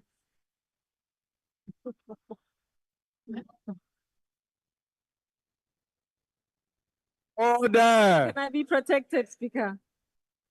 Can I be protected, please? Yes. Thank Honorable you. members, this is a small venue. Thank you. Can I be protected, please? Please Thank proceed. you. Honorable members, please respect the speaker at the podium. Take the ANC's Ezulweni scandal, for example. In December 2023, the ANC somehow settled a debt likely exceeding 150 million while only declaring 10 million in donations and failing to disclose a single in-kind contributor. All this while defaulting on staff salaries. We later discovered that Ezulweni is a vendor for a KZN municipality, raising serious questions about whether taxpayers' monies were used to wipe the ANC slate clean. And what did the IC do? Nothing, absolutely zip. After months of radio silence, they reversed their position and claimed there was no prima facie evidence to investigate. We have since filed a court application to obtain the IEC's record of decision because the public deserves answers. As for the EFF, how as a party run a 100 million campaign while disclosing only 3.5 million? The MK party on has only declared 400,000. Order, honorable members. Honorable Ngubane has the right to be heard. I'm Ngobeni. Honorable members.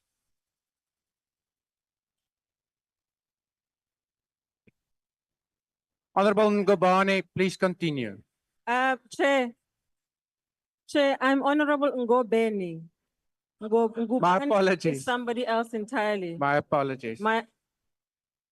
Just husband- just hold on for a moment, Honorable Ngubane. My husband would be so Honorable traumatized. Skosana, why do you want to be recognized? No, I'm withdrawing MK because Yona she corrected you. Oh, Ngubane is here. Okay. Thank you. Order, honorable It's fine. members. It's fine, there's no problem. Can we get silence? Well, Chair, if it itches, Chairperson, can I be protected? Honorable members. Chairperson, if it itches, people must scratch. The MK Yona declared less than 400,000 and ran one of the most extravagant campaigns in the 2024 election. The IEC cannot watch motionless while party funding laws are openly defied. They have the legal mandate and the moral duty to act. Waiting for self-incrimination is unacceptable. I'm going to be here for a while. Honorable Ngubane, I have another hand from Honorable Skosana. Yes, Honorable Skosana, why do you want to be recognized? Can you take a question? Honorable Ngubane, are you prepared to answer a question? From the MK? Absolutely not. Thank you. Okay, please proceed. Yeah, honorable members, just pause all comments. Let the Honorable Ngubeni continue.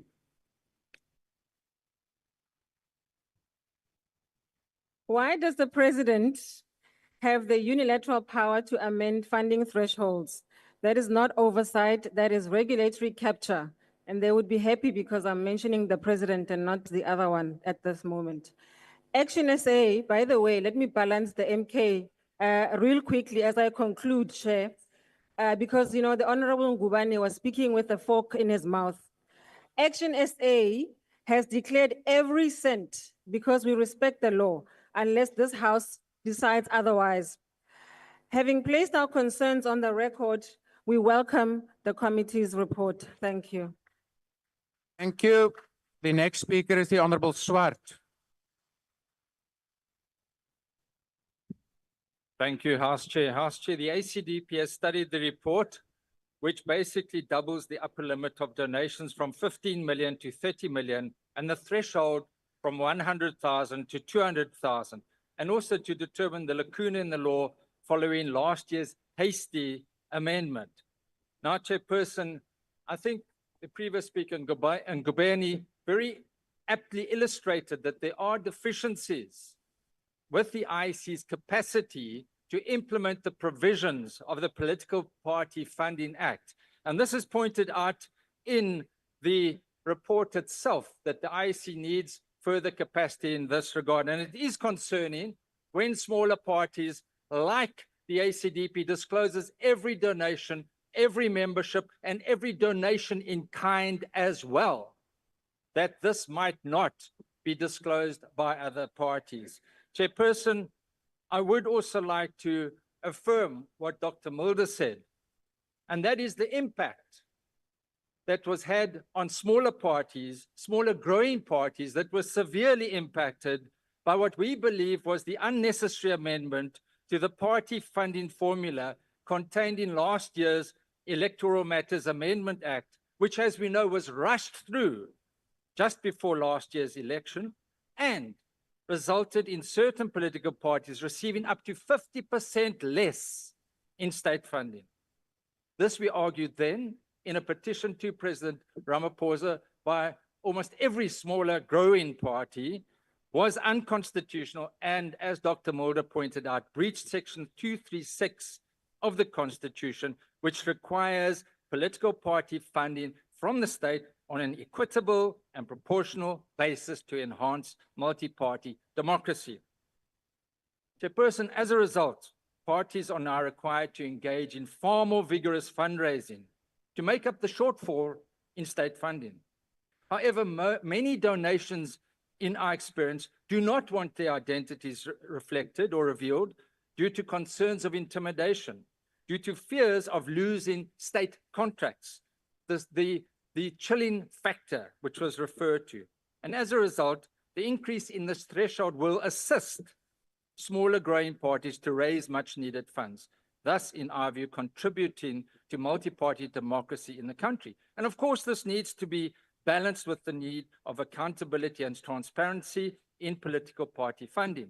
But this issue of party funding and the formula is a huge issue that must be addressed, and we welcome the fact, and the ACDP has also raised it with the assessment that is being done on the IEC, and we trust that the electoral reform panel will also look into this matter, failing which we believe it should be pursued in the court. I thank you so much. The ACDP will support this report. Thank you. Thank you. The next speaker is the Honorable Nontenja.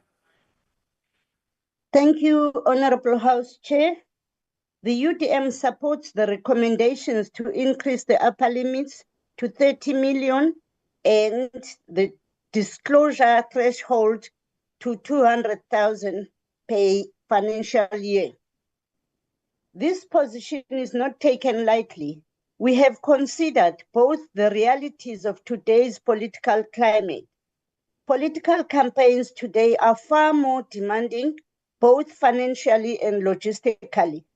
The 30 million rand cap allows the meaningful participation while still guarding against undue influence. The UDM notes that this addresses the changes that were done on the eve of the national and provincial elections. Some of those changes negatively impacted on some of the political parties, e.g., change of equity allocation. Honorable House Chair, when the national embarks on NPE, parties should be on the same footing, no big or small party. This is confirmed by the performance of the party that led these undemocratic changes. We also note that not all parties were consulted, which raises eyebrows. Our support, however, is conditional on rigorous enforcement. There are political parties who do not disclose their funding as required, yet they host massive events and campaigns that clearly exceed declared limits. This raises serious concerns. When there is such a visible gap between financial declarations and campaign expenditure, it becomes clear that some are acting with impunity. These cases must not go unchecked. Those who flout the rules should be audited, held to account, and if necessary, face consequences. The law must be applied equally to all, whether big or small. The UTM believes that political finance regulations must be treated as binding measures that must be adhered to protect the integrity of our electoral processes. I thank you. Malbongwe. Thank you. The next speaker is the Honorable Ghana. Maluga Chair.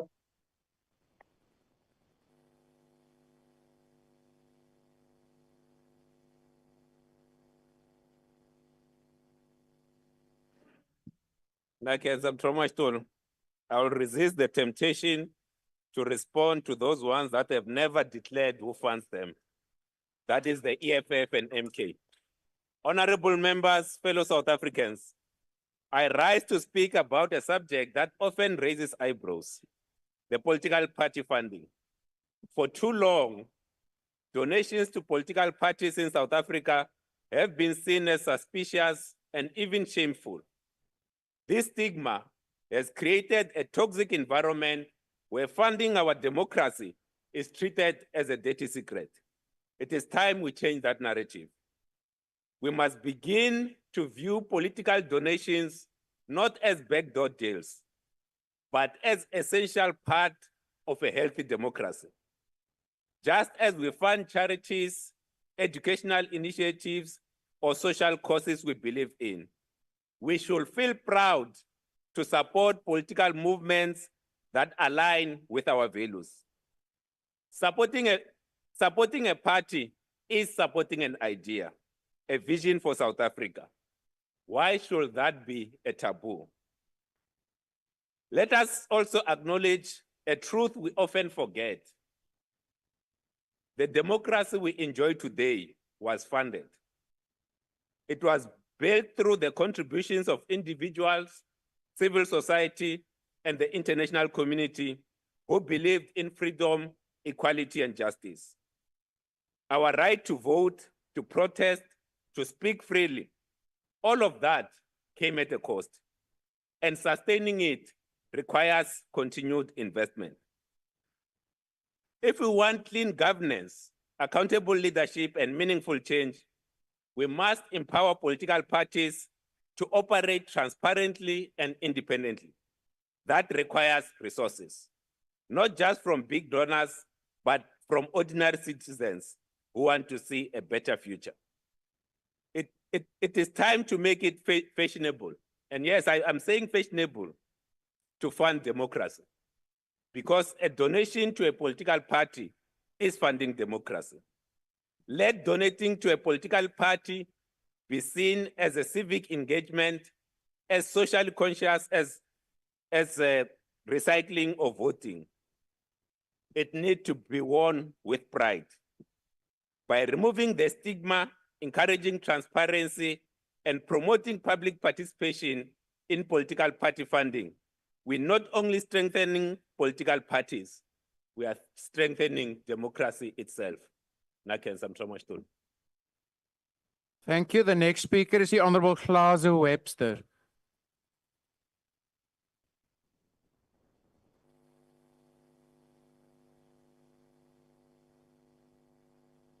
The Political Party Funding Act is built on one single powerful principle, and that is that democracy cannot be bought, and South Africa's democracy is not for sale.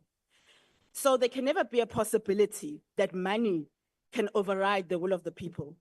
Today, we are considering in particular the upper limit and disclosure of donations, and the proposal to increase the disclosure under the Political Party Funding Act is dangerous and it cannot be supported. The current 100,000 limit exists for one reason, and that is to shine a light on who's funding our politics. You lift that limit and you give wealthy donors more space to operate in the shadows, you invite secrecy, and you open a door to quiet corruption. And let's not forget, people are already finding ways around this law. Many parties in this House are familiar with this, particularly those who are claiming that our parties were started by donors. And you know, I am going to address them.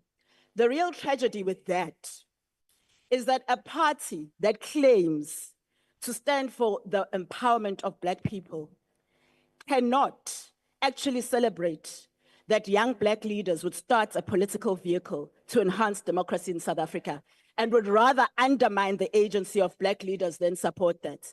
That is actually what is the real tragedy.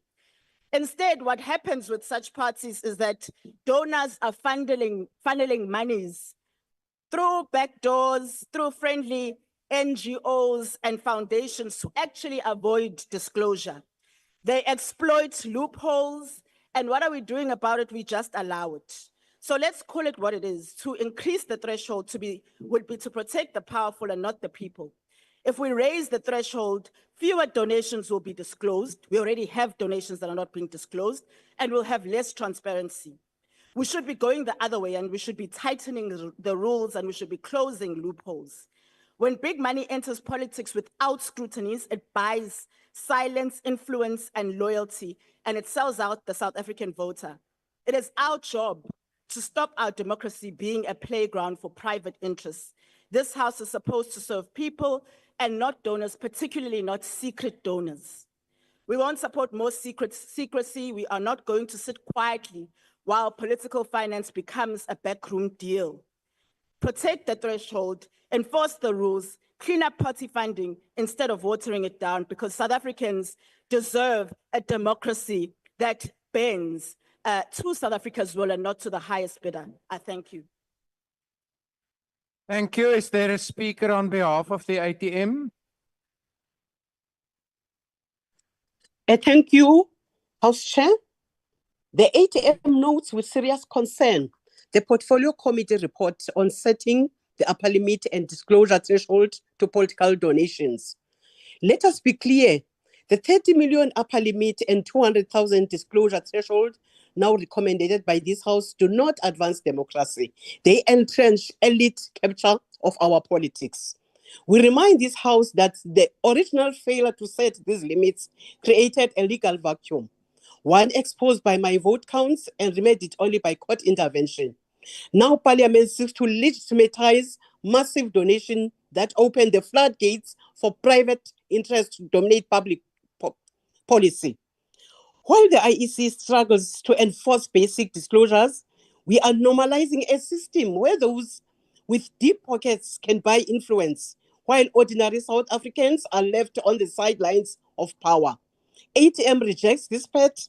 We demand a funding model that limits financial capture, enforces meaningful transparency, and levels the political playing field for parties and independent candidates alike. If democracy is for sale, then the people have already lost. I thank you. Thank you. The next speaker is the Honorable Modise Mpio.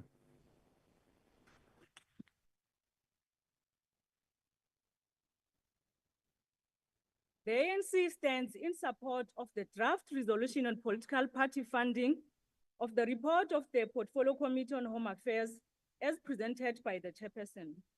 We reaffirm the spirit and letter of Section 236 of the Constitution of South Africa that states that to enhance multi-party democracy, national legislation must provide for the funding of political parties participating in national and provincial legislatures on a fair and proportional basis.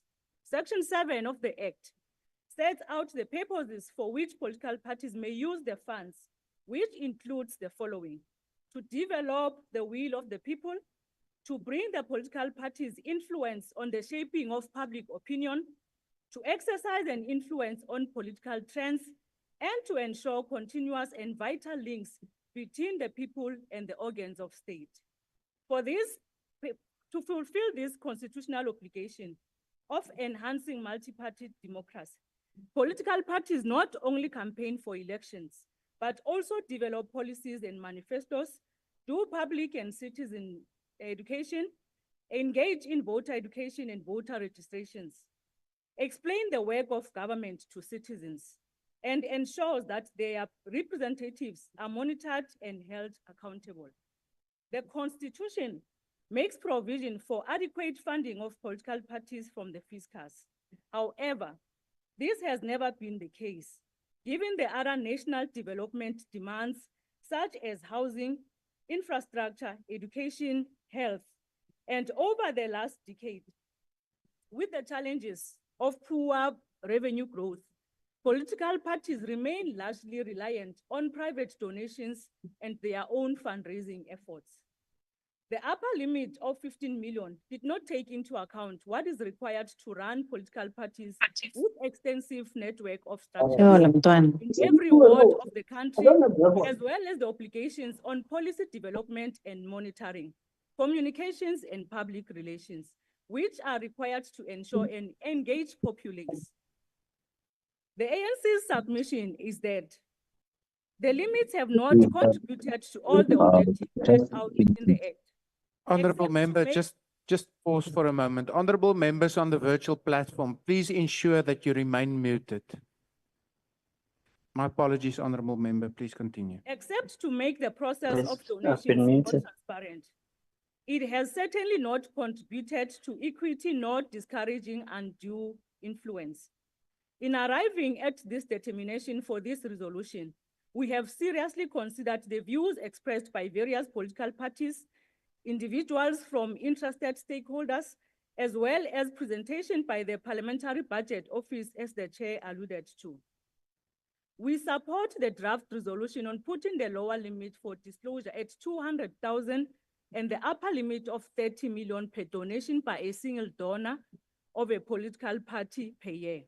We will continue to play our oversight role as Parliament to ensure that there is accountability and transparency on the funds that are allocated to political parties and independent candidates. Our ideal situation is to have the state being able to provide the necessary financial resources to political parties and independent candidates from its fiscus, and thus will go a long way in minimizing the reliance on political parties on private donors. The ANC supports this resolution. In this regard, we urge the IEC to ensure political parties and independent candidates comply with the provisions of disclosing their donations as provided in the Act. Some political parties have become innovative in subverting the compliance with the Act. We are going to address Phala Phala, because it may seem as if the Phala Phala issue is so thorny, and to those who have mastered the thuggery and savageness themselves, perhaps let us not forget all that. that the No, biggest don't heist tell me about committed it. in South Africa. Perhaps let us not forget that the biggest heist committed in South Africa happened during the 9 wasted years dedicated to the collapsing of the state. The 9 wasted years dedicated to the collapsing of the state by the former President Zuma. In fact, if there is a political party that must explain its source of funding, is the ones that are making the loudest noise in the house on the left. I think. Thank clowning you. The now. next, is there a Aye, wena. speaker on behalf of Al Jamaa? Please continue, Honorable Sali.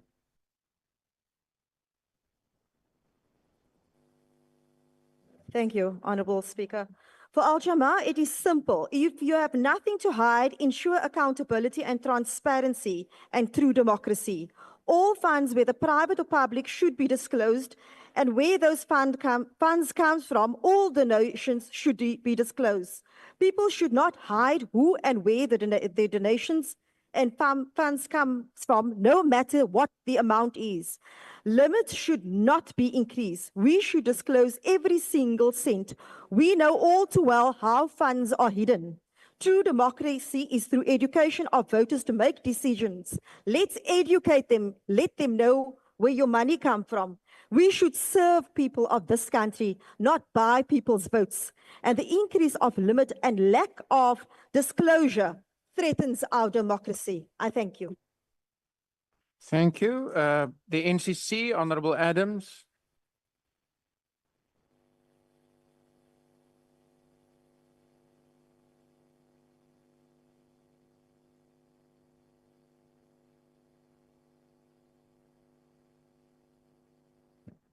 Thank you, House Chair. Thank you, colleagues. South Africa is demanding transparency, and this House appears to be leaning towards secrecy. You know, Rob Hirschhoff says, white people excel at academics. It's why black people don't want to compete with us. Rob Hirschhoff has a political opinion. He's also a known political funder. If this is the type of money that we are allowing to buy political parties, no wonder this country is in a state. If you want to understand which party goes against this nation's conscience, follow the money. You'll understand why people are denying that there's a genocide in Palestine. This House is no longer people-driven. It's profit-driven. Politics is big business. That's why we have a billionaire as a president. This resolution cannot be supported with good conscience. The NCC is proud to be here as a political party that entered these chambers without a cent, 14,000 rand to run our election campaign. The voter has the right to know who bought those votes. People died for the right to vote. Today we're giving them food parcels for that right. Is this what Solomon Mshlangu died for? Is this what Ashley Creel died for? This resolution is a sellout. The NCC will not support. Thank you. Thank you. Is there a speaker on behalf of the PIC? If not, is there a speaker on behalf of the UAT? Then I recognize the Honorable Bowman.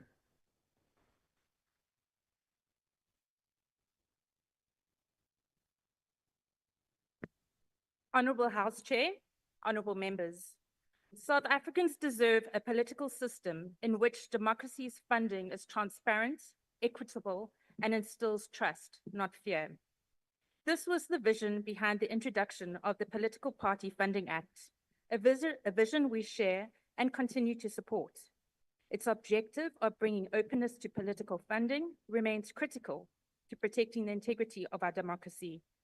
However, as we continue to implement and assess the Act, it is becoming clear that aspects of the current framework are producing unintended consequences that may unintentionally discourage legitimate political participation and support.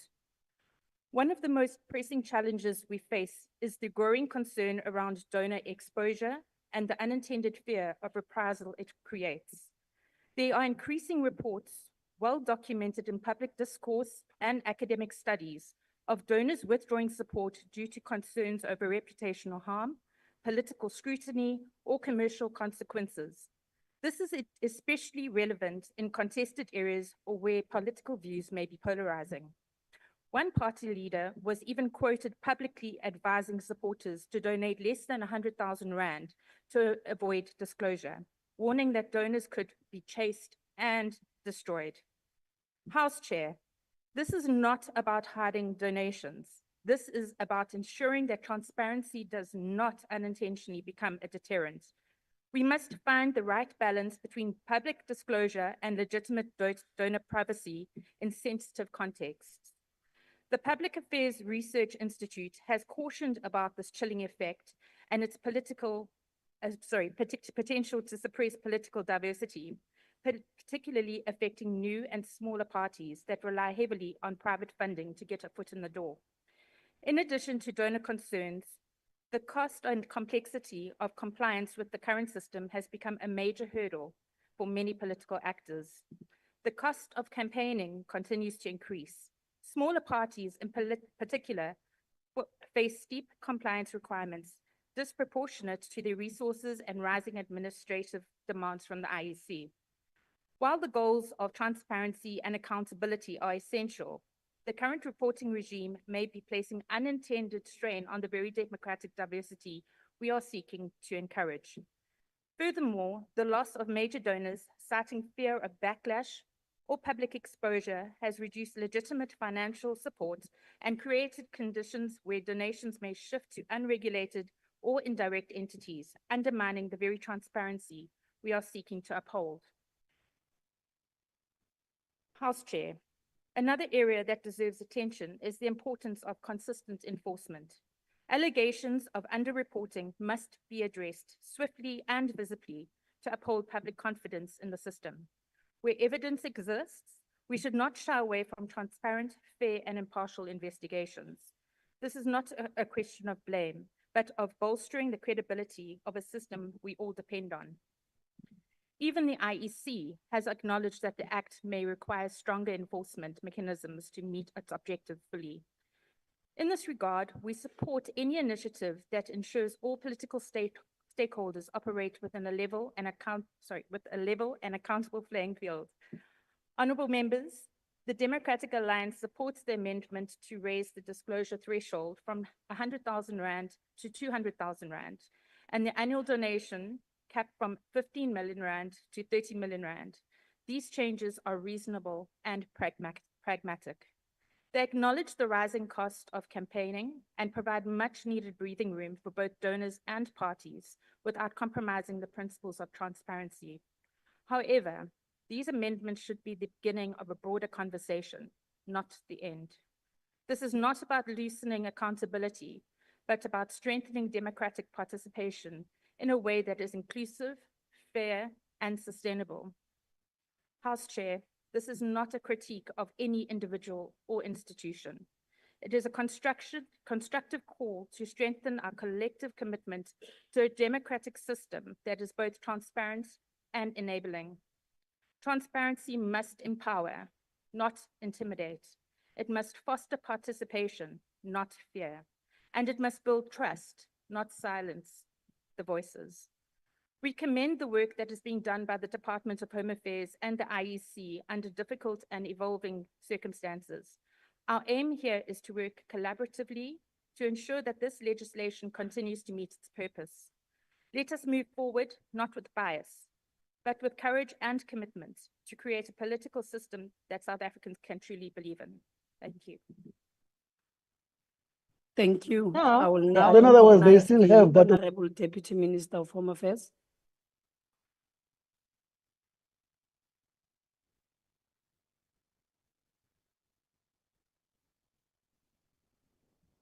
Honorable House Chairperson, Chairperson of the Portfolio Committee on Home Affairs, honorable members, let me firstly start by passing our condolences to the family of the Honorable Lungi Cabashe, the Deputy President of the Women's League. May her revolutionary spirit live on. Today, Chairperson, we make further strides in our journey towards creating a just, democratic, and prosperous society by deepening democracy. The report of the Home Affairs Portfolio Committee is of paramount importance as it relates to the promotion of our constitutional democracy and the very sacred principles of transparency, ethical leadership, and accountability to the electoral that we all hold dear. This plenary on party funding, limits, and thresholds for donations to political parties is yet another demonstration of our commitment to finalizing this matter on behalf of the people of the Republic. Nobody, Chair, has anything to gain from any situation where there will be no regulations governing limits of political party funding and disclosures. The committee's reports builds on strides made thus far, particularly by the Home Affairs Portfolio Committee, since the Minister of Home Affairs introduced the Electoral Matters Amendment Bill in the year 2023. These developments partially originate from the Concord judgment of 2019. We all should recall that in case in point, the Constitutional Court declared that the Electoral Act 73 of 1998 was unconstitutional to the extent that it allows individuals to be elected to the National Assembly and provincial legislatures only through membership of political parties. As stated in the report under consideration, the Portfolio Committee processed diligently the Electoral Amendment Bill of 2023 to allow adult citizens to contest the national and provincial elections, the first bite of which was successfully tested in the last general elections. In 2024 general elections, we witnessed in our lifetime the realization of our forebearers, the declaration that the people shall govern. Independents for the first time under the 6th Parliament of the Democratic Dispensation were given an opportunity to participate in deepening democracy as individuals, not under political parties, only bringing our commitment of deepening democracy to reality. In this matter, we ensured that every man and woman of our country, irrespective of race, color, or sex, enjoys and exercises the right to vote for and stand as a candidate for all bodies which make laws. We did this building from the spirit of the Freedom Charter. The department, together with the Independent Electoral Commission, submitted the Electoral Amendment Bill as well as the Electoral Matters Amendment Bill into Parliament. The department further assisted the Portfolio Committee to process the two bills until finalization thereof. As it relates to the development of the report before the plenary today, both the IEC and the department provided policy guidelines in setting upper limits as well as the disclosure threshold. The IEC, together with the department, will, following the parliamentary resolution, also work with the President in drafting of the required regulations as mandated by the Electoral Act and the Political Funding Act.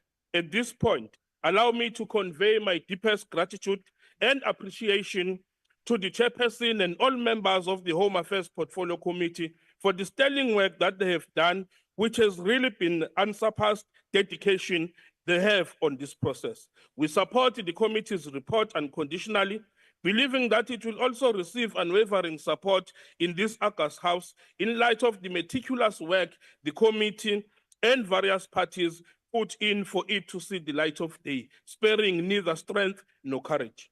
It is worth appreciating that South Africa is not the first country to embark on this journey. However, whilst our approach is mindful of global practices, we are also mindful of our own situation as a country.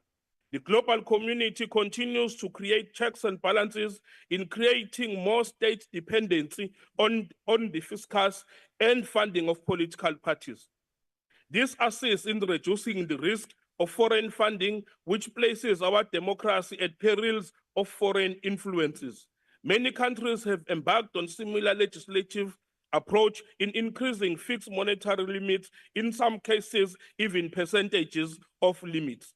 I trust that today's deliberations will indeed bring us closer to presenting to the President of the Republic a resolution on which to apply his mind on the vexed matter of Political Funding Act. On the upper limits and disclosures of donations to political parties, independent candidates, and independent representatives, we must make it clear, this is not about the funding of political parties, but it is about funding of individuals as well. I am alive to the reality that the Electoral Reform Panel is finalizing a report on South Africa's electoral system for consideration by Parliament. Their recommendations may have an effect even on the party funding legislative landscape. The resolution provided by the Portfolio Committee to the National Assembly is informed, amongst other things, by public consultations and hearings the committee conducted with several parties and further study by the Parliament's Budget Office in December 2024 and February 2025. The proposals brought before Parliament today in terms of Section 24 of the Act states that the National Assembly should resolve that the President, as soon as reasonably possible, make the regulations amount contemplated in Section 8.2 and 9.1A of the Electoral Act in accordance with the process set out in the Act. And the recommendations the President in this regard considers the following amounts determined by the Assembly for following a public participation as appropriate. The amount referred to in Section 8.2, upper limit of donation being 30 million rand in a financial year. The amount referred to in 9.1A, disclosure limit of the Electoral Act being 200,000 rand in a financial year. Our engagement on this matter was largely informed by extensive community engagement and world's best practices. This will advance our cause by balancing between stifling the funding for purposes of creating a vibrant democracy and the need for transparency as well as accountability. Section 24(1)A of the Political Funding Act states that the President, acting on the resolution of the National Assembly, may proclaim in the Gazette, make regulations in respect of, amongst others, the maximum amount of donations as well as the threshold amounts on all donations received.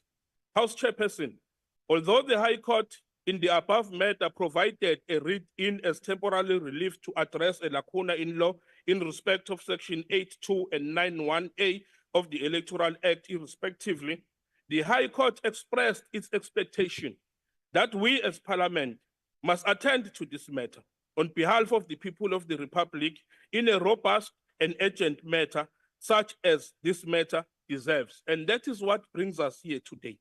House Chairperson, we cannot avoid the fact that there is an inherent tension between the democratic principles of openness, transparency, and the right to information, and the risks that are associated with donors' right to privacy. In addressing this matter, moving forward, we must consider that our actions must at all times be based on the constitutional imperatives, which at their core are the principles of accountability, transparency, deepening democracy, the promotion of national interest, and protecting the sovereignty of the state.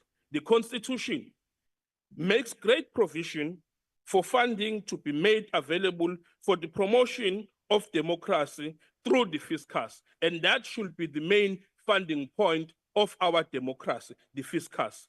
Now, Chair, lastly, as we support this report, I sit and here wonder, and I think we should all go home and ask ourselves some questions. When did the devils become saints of financial transparency? Thank you. I now recognize the Honorable Chief Whip. Thank you very much, House Chair. Good afternoon, and may I move that the report be adopted. Thank you. Honorable members, the motion is that the report be adopted. MK, We don't support diversion, we reject.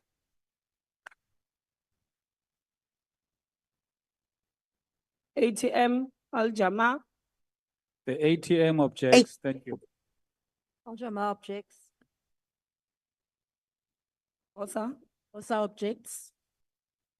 With those objections, then the report is agreed to.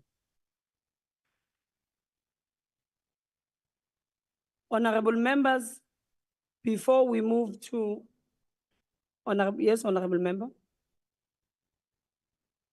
Thank you very much, Honorable Chair. Just on a point of exigency, Honorable Chairperson. Yes. Earlier on, I didn't want to disturb the flow of the debate. A serious matter was raised by Honorable Mohale, submitting to the House Chair that the current sitting head of state is a puppet of white capital. Now, Honorable Chair, the nation is not hearing this for the first time. It was raised in previous parliament by a former minister and a former member of parliament. And this matter was not brought to its logical conclusion. Now, I just wanted to check with your collective leadership.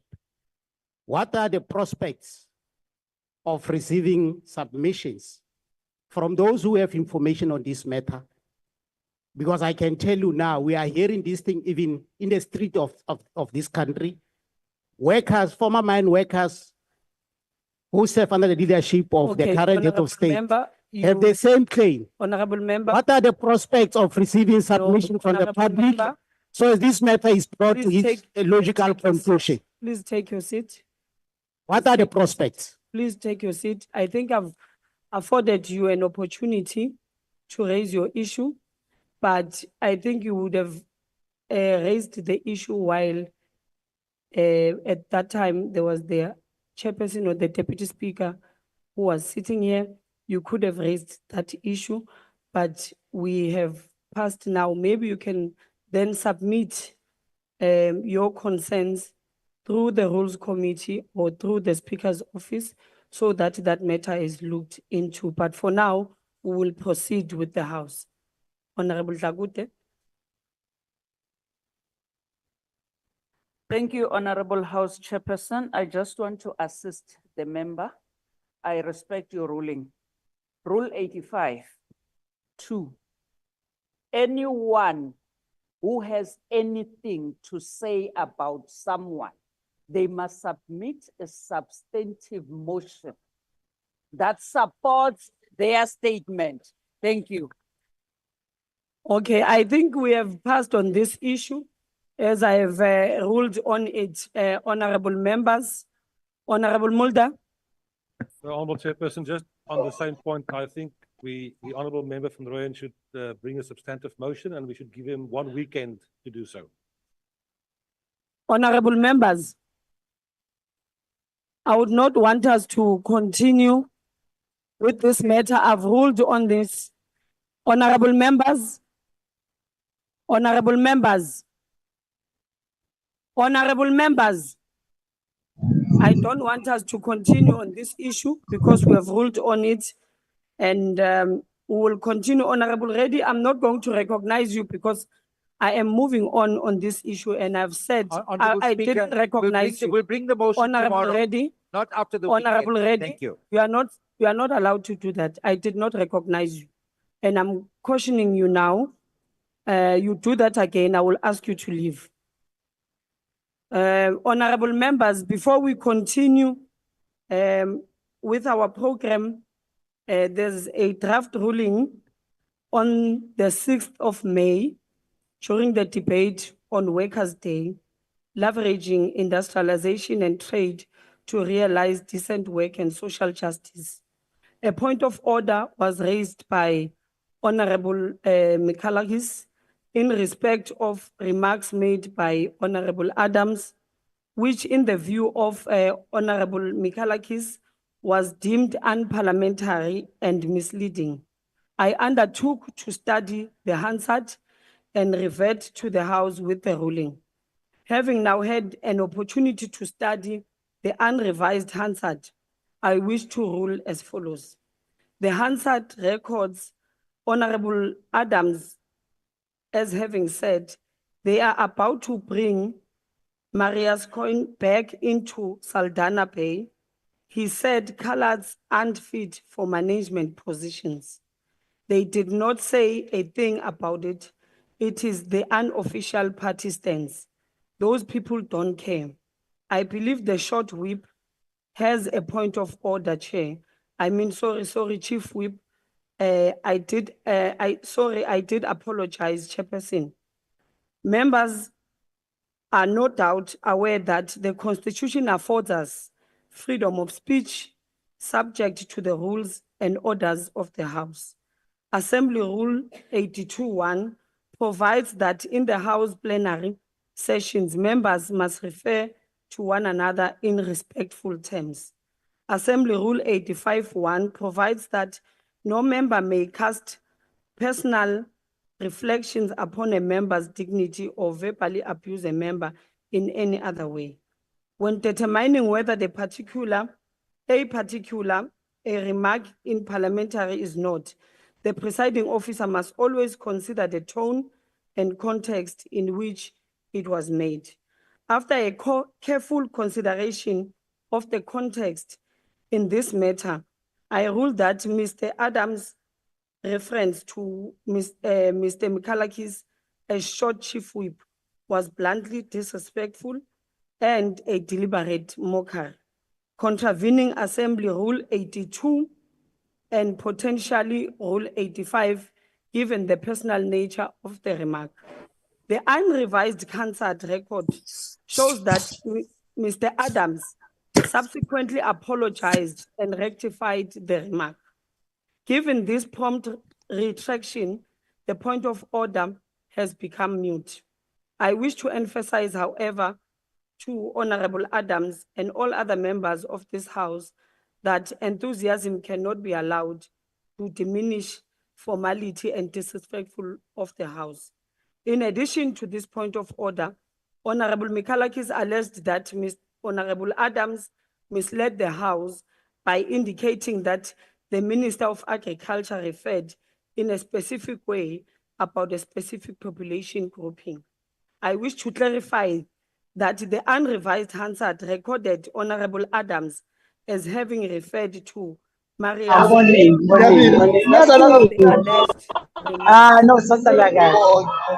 not the Minister of Agriculture as alleged by Honorable Mikalakis. As such, this is not a point of order to be sustained, as the remark was not made about a member of the House. In light of the above, I wish to remind honorable members that it is our responsibility as public representatives to be mindful of the House rules to ensure respectful and dignified debates.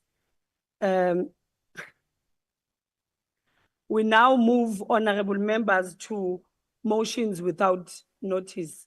Honorable Adams. Thank you, Honorable House Chair.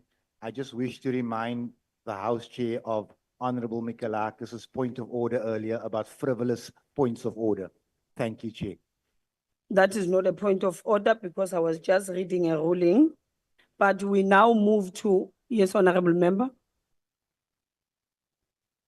Apologies, House Chair, just in terms of the ruling, I'm not sure if I heard correctly, but I definitely remember that Helen Ziller did say that about colored people.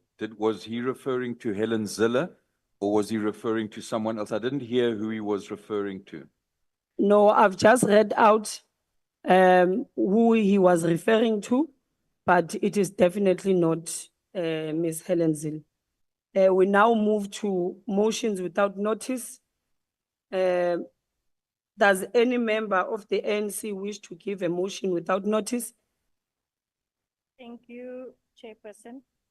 The African National Congress moves without notice that the House notes. Honorable the Member, sadness- can you please, it's either maybe you can take a seat so that we are able to hear. We can't hear. Yes, thank you. The African National Congress moves without notice that the House notes with sadness the passing on of the former Springbok wing, Colonel Hendricks, at the age of 37 due to a heart attack on Wednesday, 14 May 25.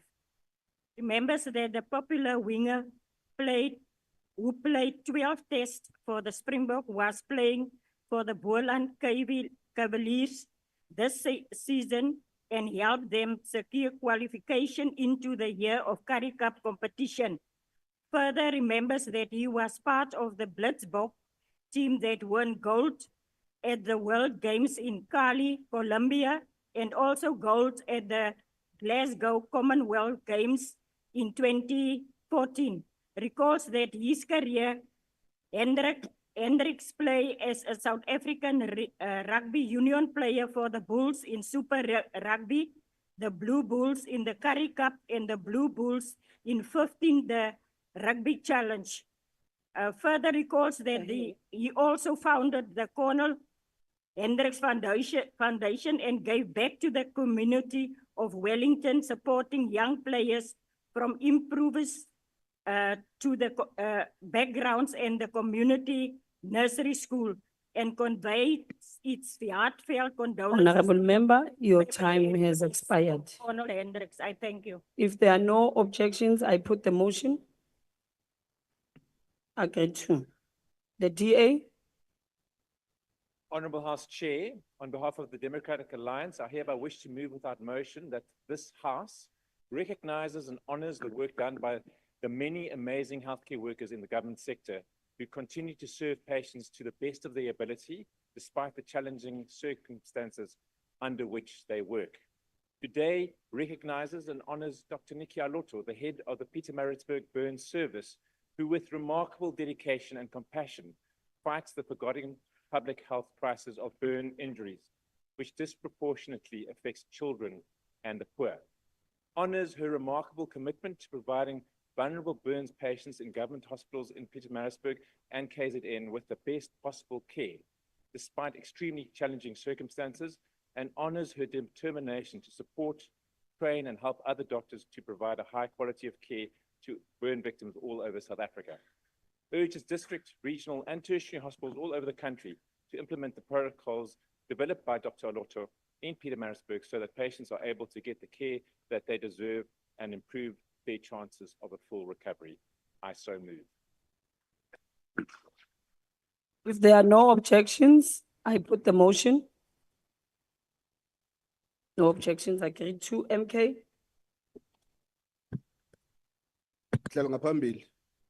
The MK party moves without notice that this House notes the recent revelations regarding the attempted appointment of the NC-linked individuals to the boards of various sector education and training authorities, the SETAs, exposed through media reports that triggered national outrage.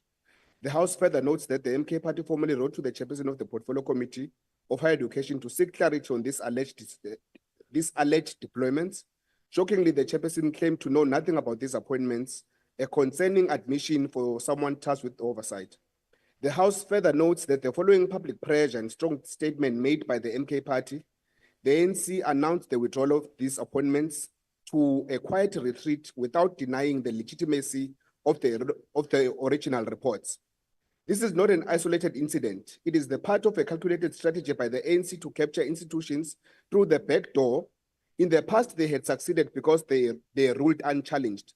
But the era of silence is over. The MK party demands that the House authorize a full-scale investigation into this attempted capture of SETA boards, including identifying all involved, reviewing the process followed, and ensuring that accountability for those who undermined institutional integrity are brought to book. We will not allow the ANC to convert public institutions into a political deployment camps. I so move. Honorable members, I am informed by the table that this motion was not previously circulated, so it cannot then be stand in the House. We move on to EFF. Honorable Mentor. Speaker. No, House Chair. Things to say serves them right for stealing ideas of other people. Order. Honorable Reddy. Honorable House Chair, these notices without motion have been submitted to the table, motions without notice, I beg your pardon. They've been submitted to the table on time. And how is it that we are told that they were not? Please. I am informed by the table I need a that clarity from the team. because this motion it's without incorrect. notice has not been submitted. It has been submitted. It We have has proof not. of it. No, we've got proof of it. Okay, we will take it up with, but This is a deliberate this is attempt. no, Honorable Reddy, no. We are using Honorable parliamentary Reddy, processes no. to stifle democracy. Honorable Reddy, please House switch Chair. off your mic. Honorable They Reddy, need to please prove switch to off us your that mic. this was not submitted to them. Honorable Reddy, please switch off your mic. Honorable Ngobeni. Thank you, Chair. Just a question of clarity. What's going on at the MK? Why do they always debate the wrong thing? I'm not sure what's going on. Honorable Member. Chairperson. You can stand. No, Slal, we can't be then reduced to your incompetence of your table. We submitted the matter beforehand. Honorable Member, what you are saying now, I think it is very unfair. If the table did not get the motion without notice, it has now reported to me that they didn't get it. Please check with your office first if they did submit the motion. And if they have submitted, then you can come and chair and prove that they have submitted. But the table will not be wrong and say your motion without notice has not been submitted. They've just alerted me now and it will not stand in the House. The EFF. House Chair. Thanks so much, Chairperson. Can I move? Honorable Nkwangwa. Is it at all possible that the NA table might have been busy eating their coffee at the time the submission was made? Honorable members, can we please stop and proceed with the program of the House? The EFF. No, but Chair, the arrogance, you must verify if indeed it was submitted. Don't just dismiss Honorable it. member on the virtual platform. Honorable Khwekan.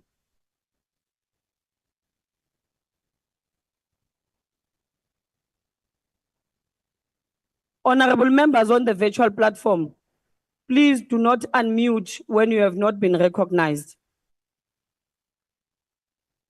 The EFF. The economic freedom fighters move without notice that the House knows the 15 May 2025 marked the 77th anniversary of the Palestinian Nakba, the 1948 catastrophe that led to the destruction of Palestinian society and the mass displacement of its people. Condemns the killing of 143 people in Gaza by the Israel Defense Forces on 15 May 2025. Further knows that over 1 million children in Gaza are at risk of starvation without access to food, water, or medicine. Recalls UN General Assembly Resolution 194 of 1948, which called for the return of Palestinian refugees and compensation. Notes with concern that 77 years later, despite numerous UN resolutions, over 5 million Palestinians remain displaced and their rights persistently denied. Resolved that the National Assembly will annually commemorate Nakba Day on the 15th May in alignment with the United Nations General Assembly resolution and its first official commemoration in 2023. I so move. Thank you. If there are no objections, I put the ACDP motion. objects. ACDP. Honorable Swart. ACDP objects. Thank you. With the objection, the motion will be converted into a notice of motion. The ANC. Thank you, House Chair. The African National Congress moves without notice that the House notes that the South African under-20 men's soccer team, Amajita, was crowned the kings of the African football after winning the Africa Youth Championship in Egypt on Sunday, the 18th of May, 2025. That the House also understands that Amajita has secured a ticket to the under-20 FIFA World Cup in Chile in September 2025. The House further also recalls that on their way to lift the under-20 AFCON Cup, they beat Democratic Republic of Congo in the quarterfinals, Nigeria in the semifinals, and Morocco in the finals. And also believes that their heroics in Egypt will motivate the under-23 Olympic team and Bafana to build upon. Congratulations to Amajita for winning the AFCON gold. Wishing them well in the World Cup in Chile later this year. Thank you, House Chair. If there are no objections, I put the motion. Agreed to. IFP. Thank you, House Chairperson. On behalf of Inkatha Freedom Party, I move without notice that this House notes with a heavy heart the sad news of the passing of legendary Maskandi singer, Dumisile Manana Mtalane on Sunday, 27 April 2025, at the age of 61. Recalls that Mrs. Manana Mtalane was a lead singer of the renowned Maskandi group, Imitente. Further, remember that she was more than just a gifted artist. She was a custodian of culture, a proud voice of tradition, a bridge between generations through the power of music.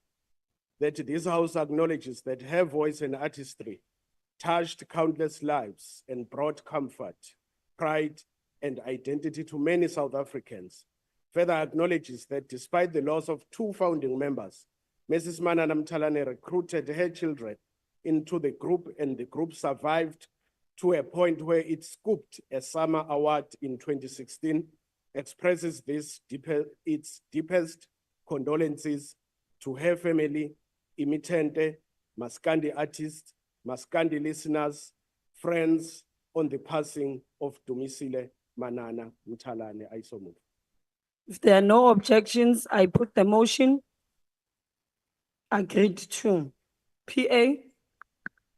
Thank you, Honorable House Chair. I rise today on behalf of the Patriotic Alliance to move without notice that the House congratulates Bayanda Walaza on his outstanding achievements of becoming the fastest under 20 100-meter athlete in the world.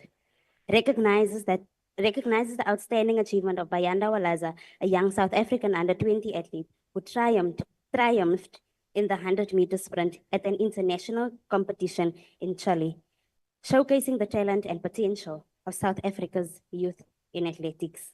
Acknowledges the challenges faced by Bayanda in attending the competition due to lack of funding, which nearly prevented him from participating despite his exceptional ability. Commends the swift intervention of the Honorable Minister Mackenzie, who collaborated with SuperSports to secure the necessary financial support for Bayanda's travel, ensuring that he could compete on the global stage. Applauds SuperSports for their partnership in supporting emerging South African athletes, demonstrating the importance of private sector involvement in sports development. Encourages continued investment in grassroots sports developments to nurture talent, provide equal opportunities for all aspiring athletes, regardless of their socio-economic background. We wish Bayanda continued success in his athletic career, inspiring the generation to come of South Africa's sportsmen and women. Thank you. I so move. If there are no objections, I put the motion. Agreed to. FF plus. Thank you, House Chairperson. I hereby move on behalf of the FF Plus that this House notes the recent outstanding achievements of South African athletes on the global stage. Our athletes continue to demonstrate exceptional talent, dedication, and resilience, bringing pride to our nation. Recognizes that given these achievements, the future looks bright for South African athletics.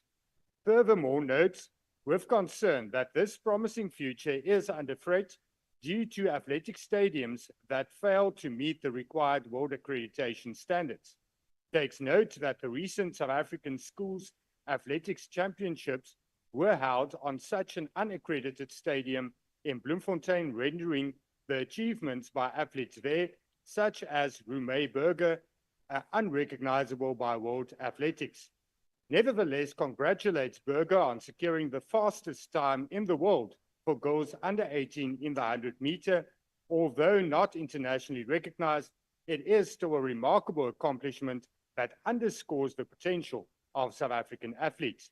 Therefore, urges all relevant organs of state to prioritize the upgrading of athletic infrastructure nationwide, ensuring all stadiums comply with international accreditation standards. Furthermore, calls for increased investment in athlete development programs to nurture and prepare our athletes for continued international success. I so move. If there are no objections, I put the motion. Agreed to. Action SA. Thank you, House Chair. I, on behalf of Action SA, move without notice that the House congratulates Dr. Nasiphi Moya and her multi-party coalition partners on the tabling of the first fully funded budget since 2022 in the city of Tshwane, reaffirming the coalition's commitment to sound governance, financial stability, and improved service delivery for all residents. Acknowledges that the budget, as certified by National Treasury, reflects a clear focus on infrastructure upgrades, inner city rejuvenation, and equitable service delivery while maintaining strict financial discipline. Further to this, that this House commends the city of Tshwane for the recent revision of global credit ratings of its credit outlook to stable, signaling growing confidence in the city's financial management, its ability to contain costs, and its efforts to reduce debt exposure, which previous administrations failed to achieve. And finally, that the House celebrates the allocation of 780 million to economic development and spatial planning aligned with the city's economic revitalization strategy aimed at attracting over 17 billion in investment and creating 80,000 jobs. I so move. If there are no objections, I put the motion. The DA objects and congratulates Mayor Siljebrink. Thank you. With that objection, the motion will be converted into a notice of motion. ANC, Thank you, House Chair. The African National Congress moves without notice. honorable that the members. House- Thank you, House Chair. The African National Congress moves without notice that the House congratulates South African rugby team, Blitzboks, on winning the final tournament of the season, the HSBC World Championship in Los Angeles, with a 19-5 victory over Spain in the final wrapping up of a flawless weekend in California on Monday, 5 May 2025. Understands that the Blitzboks' strong performance saw pool victories over France, Great Britain, and Argentina, and they outplayed New Zealand and Spain on the second day to lift the World Championship trophy for the first time. Remembers that they were determined on defense and clinical on attack against a plucky Spain to win their second title of the 2025 season. Having raised the trophy in Cape Town in December 2024, recalls that the performance in the final wrapped up a magnificent effort at the tournament, where the Blitzboks had no peers and hardest Spain tried but failed, and congratulates the Blitzboks on the splendid performance in this tournament. I so move. If there are no objections, I put the motion. Agreed to. ACTP, Thank you, House Chair. House Chair, I move without notice on behalf of the ACDP that the House commends the organizers of the Cape Cycle Tour for a very successful event. Notes that this cycle race with close to 30,000 cyclists is one of the largest cycle races in the world and is celebrated for its beautiful scenery. Congratulates Mr. Tyler Lang, who in following his father's Malcolm steps, won the men's event, and Ms. Pia Groenewald, who won the women's event. Further congratulates ACDP MP and Deputy President Mr. Wayne Thring for completing the race, racing and cycling on behalf of Open Doors, and Ms. Marcela Senne MP and all other cyclists who participated in this world-recognized event. I so move. if there are no objections, I put the motion. EFF, Thank you very much, Chairperson. Not the objection of the EFF. Thank you. with that objection, the motion will be converted into a notice of motion. Honorable Chair, please note the objection of Al-Jama. Thank you. With those objections, then the motion will be then converted into a notice of motion. DA, Thank you very much, House Chair. On behalf of Democratic Alliance, I move that this House notes with deep sorrow and heartfelt grief the passing of Councillor Vanessa Charmaine Boyson, a dedicated public servant, passionate community advocate, and respected colleague. Councillor Boyson served the people of Drakenstein Municipality with unwavering commitment, integrity, and compassion.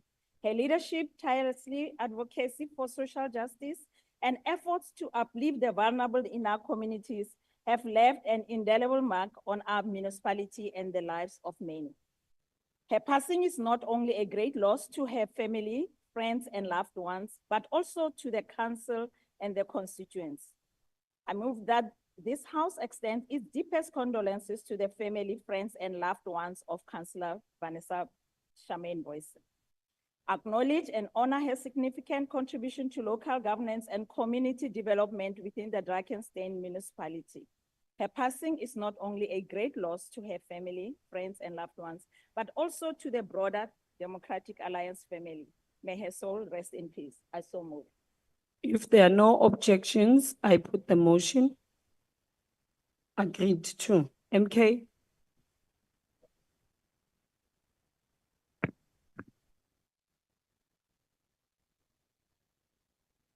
House Chair, on behalf of MK Party, I move without notice that this House notes with grave concern that Elon Musk Starlink has refused to comply with South Africa's B laws and regulatory frameworks from ICASA, attempting instead to operate through foreign-based resellers and large operators like MTN. Further notes that this is a direct challenge on our national sovereignty and transformation agenda and the dignity of historically disadvantaged South Africans. While internet access is critical, it must not come at the expense of local empowerment. Starlink's model bypasses local telecoms, exports our data, and reinforces digital colonialism under the guise of development, undermining our digital sovereignty. We further condemn mass public criticism of South Africa's government for denying access to Starlink, which reflects a dangerous attitude of corporate entitlement and disrespect for African law. We recommend that this House reject Starlink's operation in South Africa until it fully complies, support rural connectivity led by local Black-owned providers. We cannot allow the fourth industrial revolution to become the next chapter in Africa's exploitation. We further call on Mr. Ramaphosa not to attempt to save AGOA relations at the expense of the sons and daughters of the Khoi and Sens, who fell victim to the most merciless genocide on this native land and in the struggle to defend our freedom and independence. Mr. Ramaphosa, in his American escapade, must remember the descendants of African warriors of Catrayo, Honourable Skupune, Member, Pepu, your time Gungunyan, has and expired. others who taught us never to dishonor the cause of freedom. I so move. If there are no objections, I put the motion. Please note the objection of the DA. With that objection, the motion will then be converted to a notice of motion. EFF? Thank you very much, Chair. I move on behalf of the economic freedom fighters without notice that the House notes that the Land Bank is a state-owned entity currently located under National Treasury, despite its core mandate of providing developmental finance for farmers and supporting the agriculture and agro-processing sector.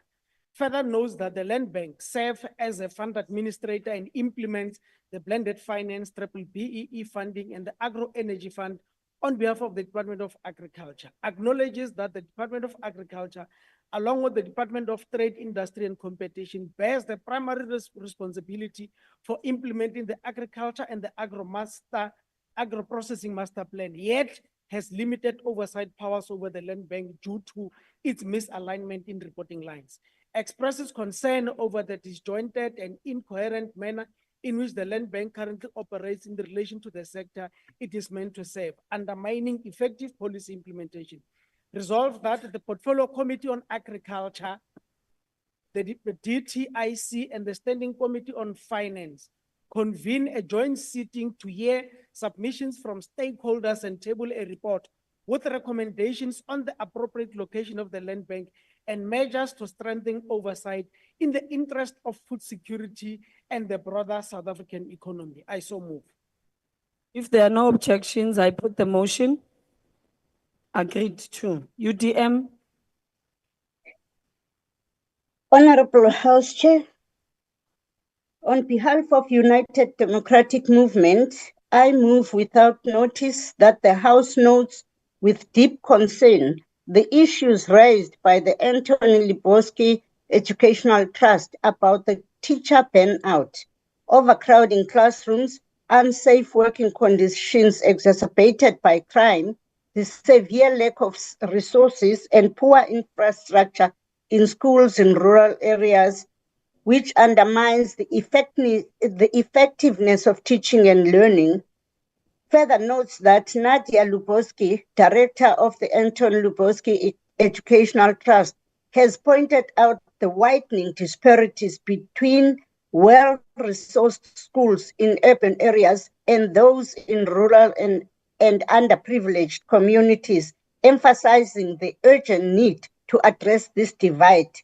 Calls for the implementation of urgent reforms needed in educational infrastructure and teacher support systems to ensure equitable opportunity for every child in the country. Employment of security guards in all public schools to prevent drug dealing while supporting interventions like book donations, feeding programs. Additionally, the UDM emphasizes the importance of social workers providing psychosocial support to teachers and learners to enhance safety and equity within the education system. I so move. If there are no objections, I put the motion. Agreed to. ANC. Thanks, House Chair. The African National Congress moves without notice that the House notes the founder of the iconic Basari fundraising initiative, the 1965 Right Cycle Tour, Tony Frost, has announced he will be stepping down from his role as the chief organizer. Further notes that the 1965 Right organization, now in its 15th year, has become one of the front runners of charitable events in South Africa, raising over 10 million in educational bursaries for underprivileged children. Understands that the 1965 Right is an 850 kilometers cycle tour between Johannesburg and Komani that raises funds for an educational and bursary fund for deserving students. Further understands that the cyclists, who are all amateur volunteers, raise their own sponsorship to support this initiative, and wishes Frost well as he steps down, and thanks him for the dedication and commitment to helping improve the educational needs of the underprivileged. Thank you. If there are no objections, I put the motion. Agreed to. Rise Mzansi. I hereby move on behalf of Rise Mzansi that the House welcomes the announcement by the Gauteng Department of Agriculture and Rural Development under the leadership of MEC Ramokgopa of a 10 million rand investment into Mahali School of Specialization. Knows that Mahali School of Specialization is Gauteng's only agricultural school of specialization and has faced persistent management and infrastructure challenges that have hindered its full potential. Acknowledges that this investment forms part of a broader initiative by MEC Ramokgopa to restore and revitalize the school's infrastructure. Commends the MEC's focus on building sustainable partnerships with the private sector stakeholders in the agricultural industry. Applauds the collaborative efforts between the Gauteng Department of Agriculture and the Gauteng Department of Education. Recognize the school's critical role in cultivating a new generation of farmers and agro-entrepreneurs who will contribute meaningfully to food security, economic growth, and innovation in the sector.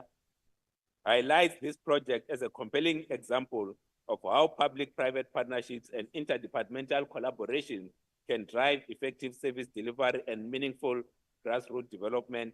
Urges other provinces to adopt similar models of integrated governance and stakeholder engagement in the development and revitalization of agricultural schools and training centers across the country. I so move. If there are no objections, I put the motion. Agreed to. Osa.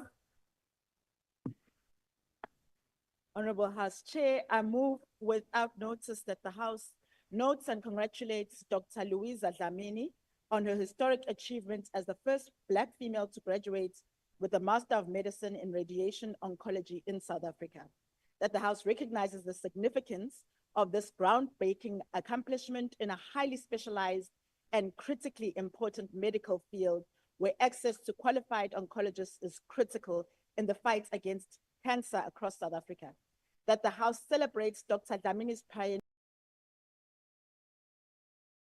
and academic brilliance, who has shattered barriers and become a role model for future generations of Black South African women in medicine. And that the House honors her contribution to both the medical profession and the cause of transformation in our country, and to affirm the importance of investing in the development of African female specialists in all sectors. I so move. If there are no objections, I put the motion. Agreed to. ATM. Thank you, House Chair. On behalf of ATM, I move without notice that this House notes with deep sadness and anger the tragic passing of Dr. Mazwi, a young medical intern who collapsed and died while on duty at Prince Mshieni Memorial Hospital and at Umlazi, KwaZulu-Natal. acknowledges the disturbing allegations that Dr. Mazwi was denied medically recommended sick leave by a supervisor despite being formally diagnosed with a health condition that required him to rest and recover.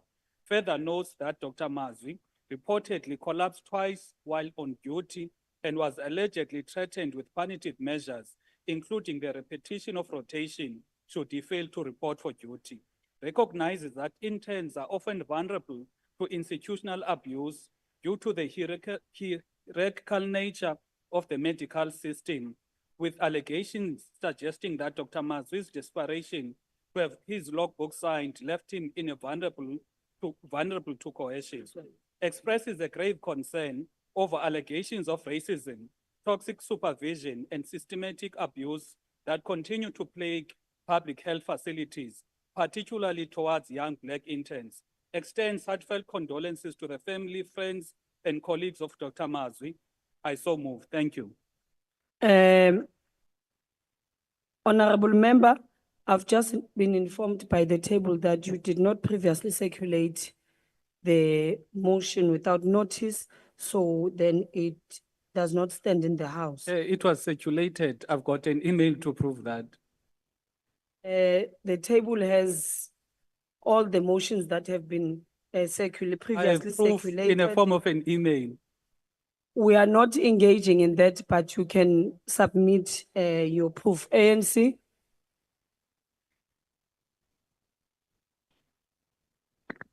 The African National Congress moved without notice that the House notes the microfilm by Wisani Ngwenya that puts two Black Mambas into the spotlight. Lita Mkabele, Black Mamba supervisor, and Malongani Naledi, a crime prevention unit sergeant.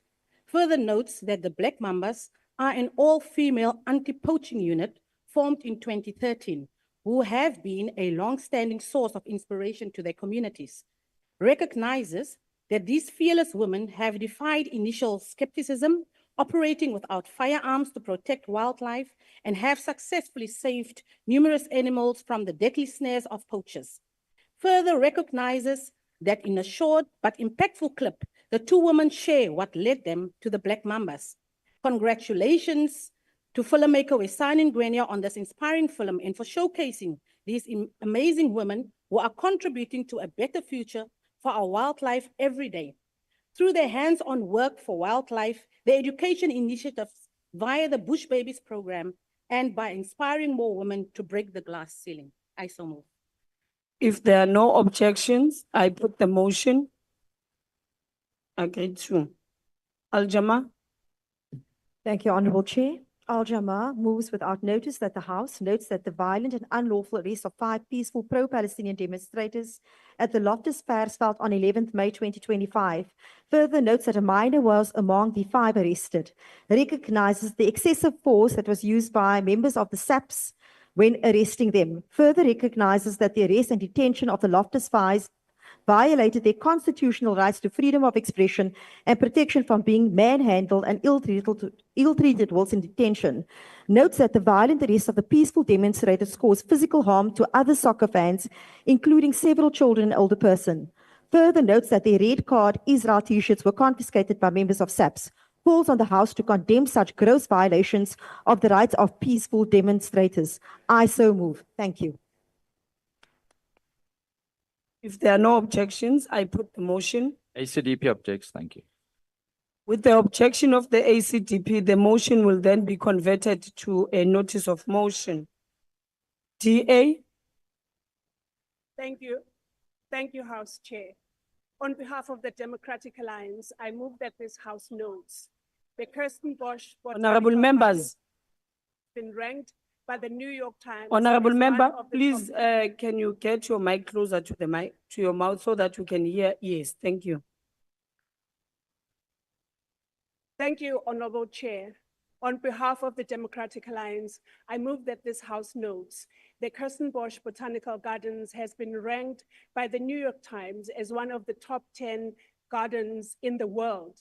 The Kirsten Bosch Botanical Gardens houses over 7,000 different plant species and 200 bird species, while it serves as a conservatoire for endangered plant species. South Africa's tourism industry is positively impacted by the well-conserved Kirstenbosch Botanical Gardens, and this accolade is welcome since it acknowledges the hard work exuded to maintain the state of the Kirstenbosch Botanical Gardens. I so move.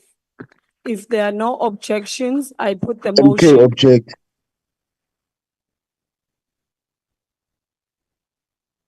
Is there a member on the virtual platform? Yes, MK object. Or the MK object? With that objection, the motion will be converted to a notice of motion. NCC? Yes, honorable member.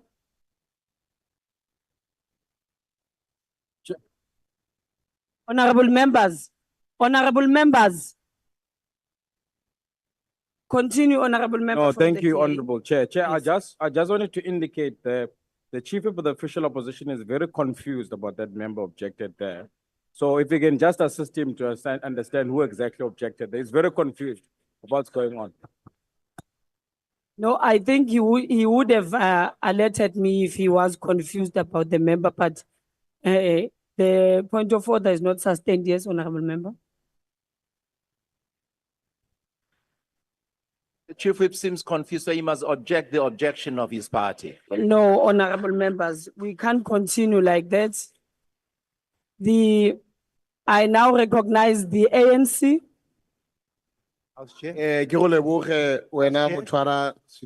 Chairperson, the African National Congress moves without notice. Honorable member, please take your seat. Yes, honorable member. You had recognized the NCC. Or did I pass? Oh, Yes, sorry, yes, sorry, yes, honorable Chairperson. member. from- Apparently, Yes. colored people are being overlooked once again. No, honorable member, please. No one overlooked you. I thought maybe we had passed on the NCC. No malice. Okay, you intended, can Chairperson. continue, honorable member, yes. Chairperson, the NCC rises without notice and asks that this House acknowledge the pain of the Cape Flats mothers who will lose 10 children tonight, as they did last night, as they will tomorrow night.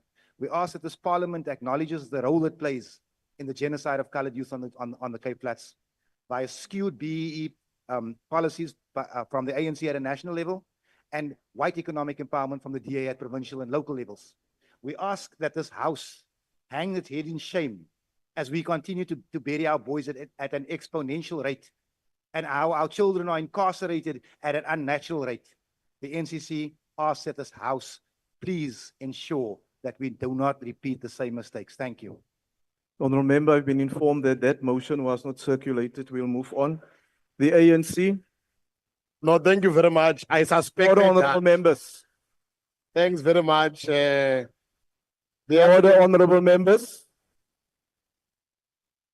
I suspected that, the African National Congress moved without notice that the House knows that 16 years old Bokhale Mpakele didn't just dream of a safer South Africa. She built a device that could make it happen. Further knows that at the height of South Africa's gender-based violence crisis, Bokhale created a device that could save lives. Understand that the Limpopo team designed a wearable safety device called the alerting earpiece, a discrete gadget worn like an ordinary earring that allows the wearer, should they find themselves in danger, to press a hidden button that instantly sends an alert to the preset contacts. Further understand that the device snaps a photo of perpetrator, pinpoints the victim's location and shares in the real time. Believes that their goal was to create something small and fast enough to help someone in crisis without them needing to shout or run. We acknowledge that she scooped a bronze medal at National Science Expo and made waves on radio stations and news channels. We applaud Bokhale for her invention and calls upon government to join hands with Bokhale and assist her in fulfilling her dreams. I thank you. Honourable members, I now put the motion. Are there any objections? No objections, agreed to. The PAC,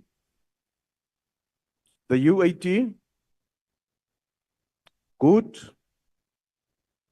MK,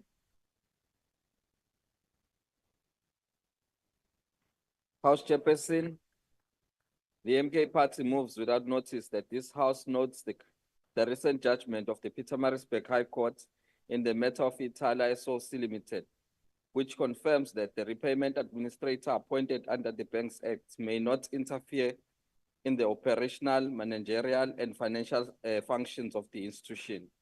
It further notes that the ruling affirms the continued operations of Italia SOC Limited and upholds the authority of its board in terms of the Companies Act and the Public Finance Management Act. It recognizes that this judgment is a victory for the working class communities and the small businesses who rely on Italia as a key development finance institution. It acknowledges that the broader implications of this ruling for the protection of the state-owned financial institutions from external administrative overreach. And it recommends that this House reaffirms its support of the independence and the developmental role of Italia SOC Limited. And it calls on the relevant executive authorities to ensure that no unlawful interference undermines its mandate to serve the people of KwaZulu-Natal and the South Africa at large. I so move. Honorable members, I now put the motion. Are there any objections? No objections, agreed to. The DA?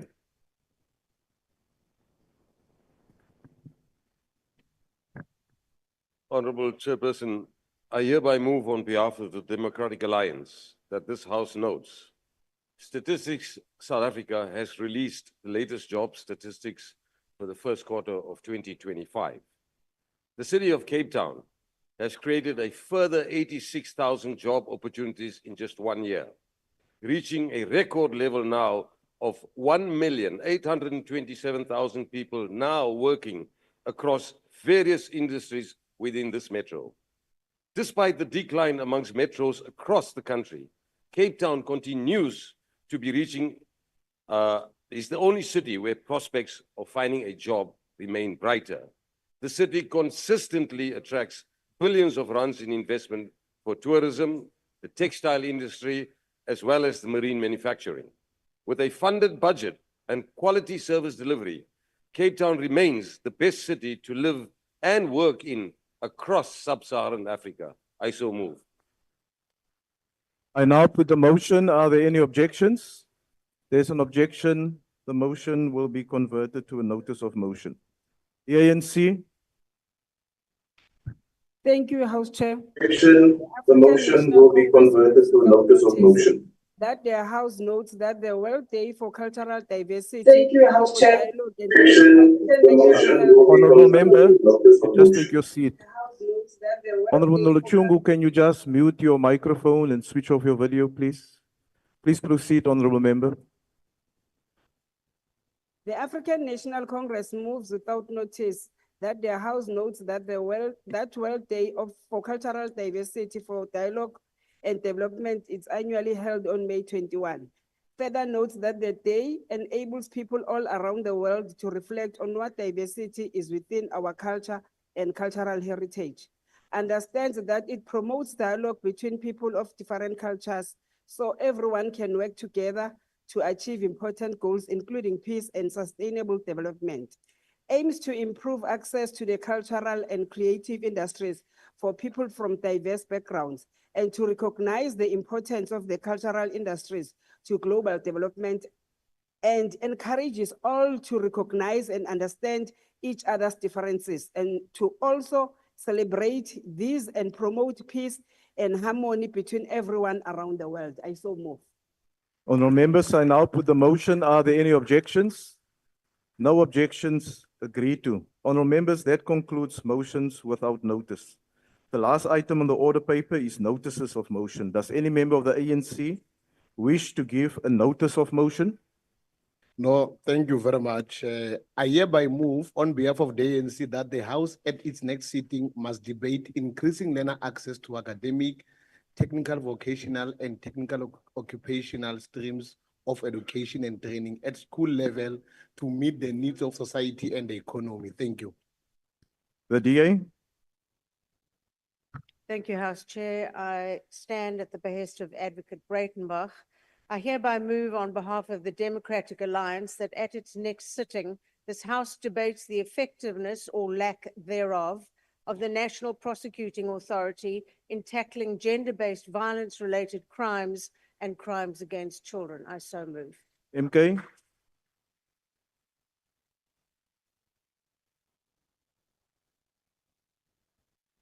Chair, I rise as a loyal, patriotic South African citizen on behalf of MK Party to give a notice in terms of Section 74 of the Constitution of the Republic of South Africa, 1996, that in the next sitting, that the House deliberate on our intention to table a motion to amend the Constitution 18 Amendment Bill 2025. The aim of the bill is to amend Section 19 of the Constitution to provide that only South African citizens who hold no other citizenship or nationality may be eligible to vote in the national, provincial, or municipal elections in the Republic. Those who are with Trump, they must sit there. Thank you. The EFF?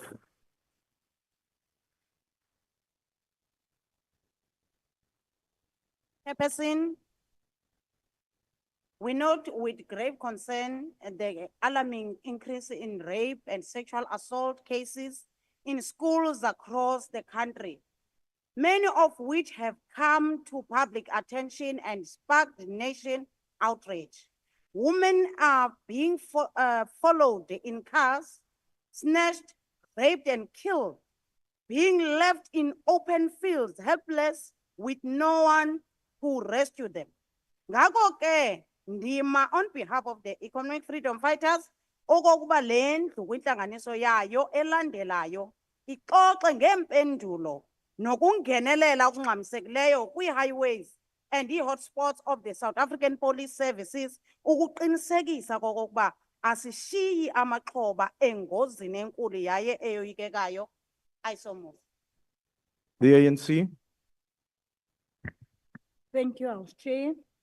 I hereby move on behalf of the ANC that the House at its next sitting must debate the source of gun violence and the killing of innocent children and adults in the Cape Flats community. I thank you.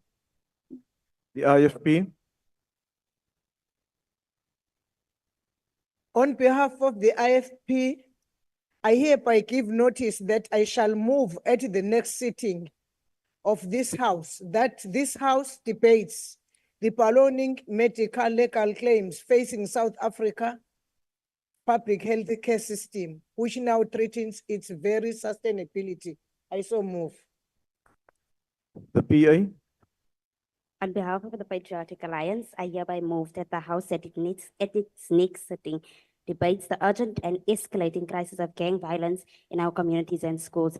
Gang-related violence continues to threaten the safety and stability of our neighbors, with innocent civilians, particularly the youth, bearing the brunt of its devastating consequences. The surge in gang activity not only undermines public security, but also disrupts schooling, jeopardizing the education and future opportunities of young learners. A holistic, multi-sectoral approach, engaging government, law enforcement, educators, and community stakeholders is critical to tackling the underlying drivers of gang violence and providing intervention for vulnerable individuals. Therefore, this House must urgently deliberate on strengthening law enforcement strategies to dismantle gang networks, enhancing social and educational programs to steer at-risk youth away from criminal influence, fostering community-led initiatives to restore safety. Remember, your time has expired. The FF Plus? Achtbare huisvoorsitter, ek stel namens die Vryheidsfront Plus voor dat die huis met sy volgende sitting die waarde van koninkryke, tradisionele leiers en tradisionele gebiede, selfregerende tandkraaggronde en kulturele tuiste soos Knoflokskraal, Orania en Kleinfontein in 'n multinasjonale staat soos Suid-Afrika bespreek. Ek stel so voor. Action SA. Order, honorable members. I, Alan Beasley, on behalf of Action SA, move that the House debates at its next sitting the deepening unemployment crisis in South Africa, as confirmed by last week's release of Statistics South Africa's quarterly labour force survey, which reveals that the expanded unemployment rate has surged to 43.1%, the highest in nearly 3 years, leaving 8.2 million South Africans without work, without dignity, and without hope, and underscoring the extent to which this economy is failing to create meaningful opportunities for the people of this country. I so move. The ANC. Thank you, House Chairperson. House Chairperson, I hereby move on behalf of the African National Congress that the House at its next sitting must debate and prioritize the payment of former civil servant pension and their related benefits submitted by the study group of Department of Public Service and Administration. I thank you. The ACDP. Thank you, Honorable House Chairperson. On behalf of the African Christian Democratic Party, I move that this House debates at its next sitting the decline of South Africa's industrial base and the consequences thereof on the economy. I so move. Thank you. The DA. Thank you, House Chair. I hereby move on behalf of the Democratic Alliance that at its next sitting, this House debates the ongoing crisis of severe malnutrition and related deaths among children under 5 in the Republic. I so move. MK. On behalf of Umkhonto Wesizwe Party, I hereby give notice that in the next sitting, I shall move that the House notes with deep alarm the escalating crisis of corruption and mismanagement in the local government sphere. Further notes that the municipalities across the country are overspending budgets while failing to meet service delivery targets with billions lost to fruitless and wasteful expenditure. Acknowledges that many municipalities are unable to account for public funds, yet there is no meaningful consequences for executives responsible for the collapse, and therefore resolves that Parliament must urgently debate and consider a new national model of accountability, including blacklisting and disqualifying non-performing municipal executives from holding future public office. The era of corrupt and criminal syndicates masquerading as leaders in local government sphere must come to an end. I so move. Thank you. The EFF.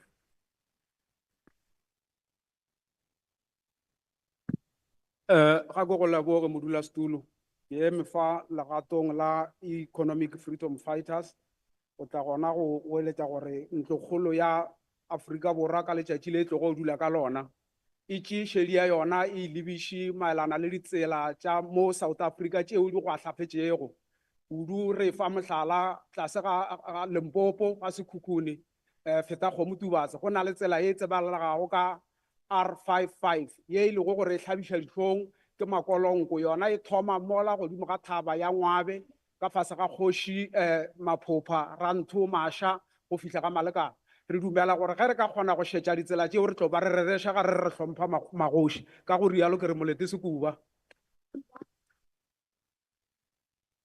The UDM. The ANC. Thank you, House Chair. No, sorry, my gadget froze. Okay, The UDM hereby moves that at its next sitting, the House debates measures to stimulate the small business sector, measures which will include the easing of the regulatory burden, providing access to finance and markets, and foster digital adoption for small businesses in South Africa as a way to deal with the unemployment rate in our country. I so move. The ANC. Thank you, House Chair. I hereby move on behalf of the ANC. The House at its next sitting must debate environmental justice and addressing the issues of fairness in how environmental decisions impact different communities, ensuring everyone has equal access to a healthy environment and meaningful involvement in environmental policies. I thank you. Rise Mzansi. Again, I move on behalf of Rise Mzansi that at its next sitting, the House debate the prevalence of mass killings in South Africa, particularly following the recent shooting incident in Umlazi, as well as the resources required by the South African Police Service. Honorable Reddy, you can't walk across here. Why are you crossing the floor from the MK to the ANC? Take your seat, please. Order, honorable members. Order.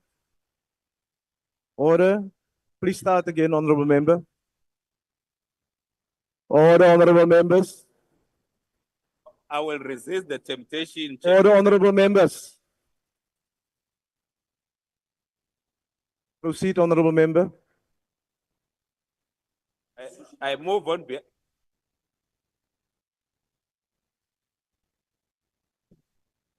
Order, honorable members. We'll arrange another induction for you, Honorable Reddy. Please proceed, Honorable Ghana. Thank you. An induction is needed urgently. I move on behalf of Rise Mzansi that at its next sitting, the House debate the prevalence of mass killings in South Africa, particularly following the recent shooting incident in Mlazi that left 8 people dead, as well as the resources required by the South African Police Service in identifying and arresting the perpetrators of these mass killings in South Africa. I so move. You can see them so much. Bosa. Thank you, House Chair. I hereby give notice that on the next sitting day of the House, I shall move on behalf of Build One South Africa that this House resolves that given serious concerns regarding the transparency and procedural fairness with the current national lottery operator, the House resolves to call for the immediate cancellation and restart of the current process to appoint a new operator for the national lottery, and that any interim or temporary licensing arrangement for the operation of the national lottery be conducted in a manner that is open, transparent, and subject to appropriate public and parliamentary oversight in order to uphold the integrity of the institution and maintain public confidence. ATM.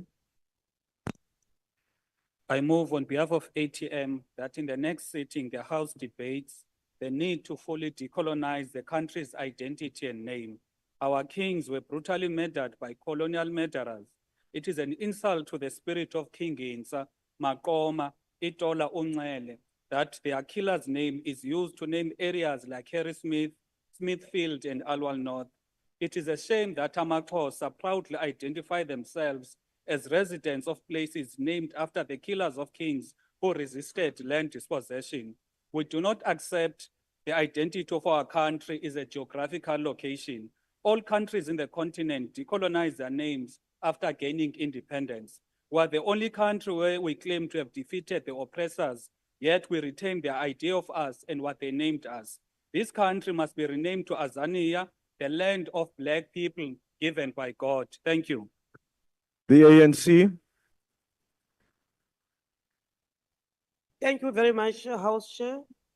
I hereby move on behalf of the ANC that the House at its next sitting must debate, build a resilient system ready to face future disasters such as deadly epidemics and crises caused by the damage to the environment. I submit, Chair. Al Jamal. The DA. Honorable House Chair, I hereby move on behalf of the Democratic Alliance that at its next sitting, this House debates the continual failure of certain municipalities to submit financial statements to the Auditor General, undermining transparency and accountability in local government. I so move. The NCC. The ANC. Thank you, House Chair. I hereby move on behalf of the ANC that the House at its next sitting must debate ending food waste and making the dumping of edible food illegal. I so move. The PAC. UAT. Good. MK. House Chair, I rise on behalf of Mkonto Mesi's party and hereby give notice that at the next sitting of this House, I shall move that the House notes that the current framework of the constitutional democracy in South Africa has facilitated an unelected judiciary to override and usurp powers of the legislature and therefore the will of the people as expressed through Parliament. Further notes that the Constitution, which is based on Roman Dutch law, drafted and adopted through compromise, continues to protect the interests of the privileged over the historical realities of the Black majority. That the House acknowledges that this arrangement undermines the sovereignty of the people and Parliament as a supreme voice of the people. MK therefore calls for a national debate on replacing the current system of a constitutional supremacy with parliamentary sovereignty rooted in African values and laws which are representative of the will of the people. I so move. We see you, grenade. The DA. The DA. All the honorable members. Order, honorable members. I hereby move on behalf of the Democratic Alliance that at the next sitting of the House debate the infrastructure and development of small harbors in South Africa to contribute to economic growth and job creation. Thank you. The ANC. Oh, thank you very much. I hereby move on behalf of the ANC that the House at its next sitting must debate strengthening school health services, the deployment of nurses to school to implement health plans. Dango. Thank you, honorable members. That brings us to the end of the notice of motion. Honorable members, I now request you to stand and wait for the presiding officer and the mace to leave the chamber. That concludes the business for the day and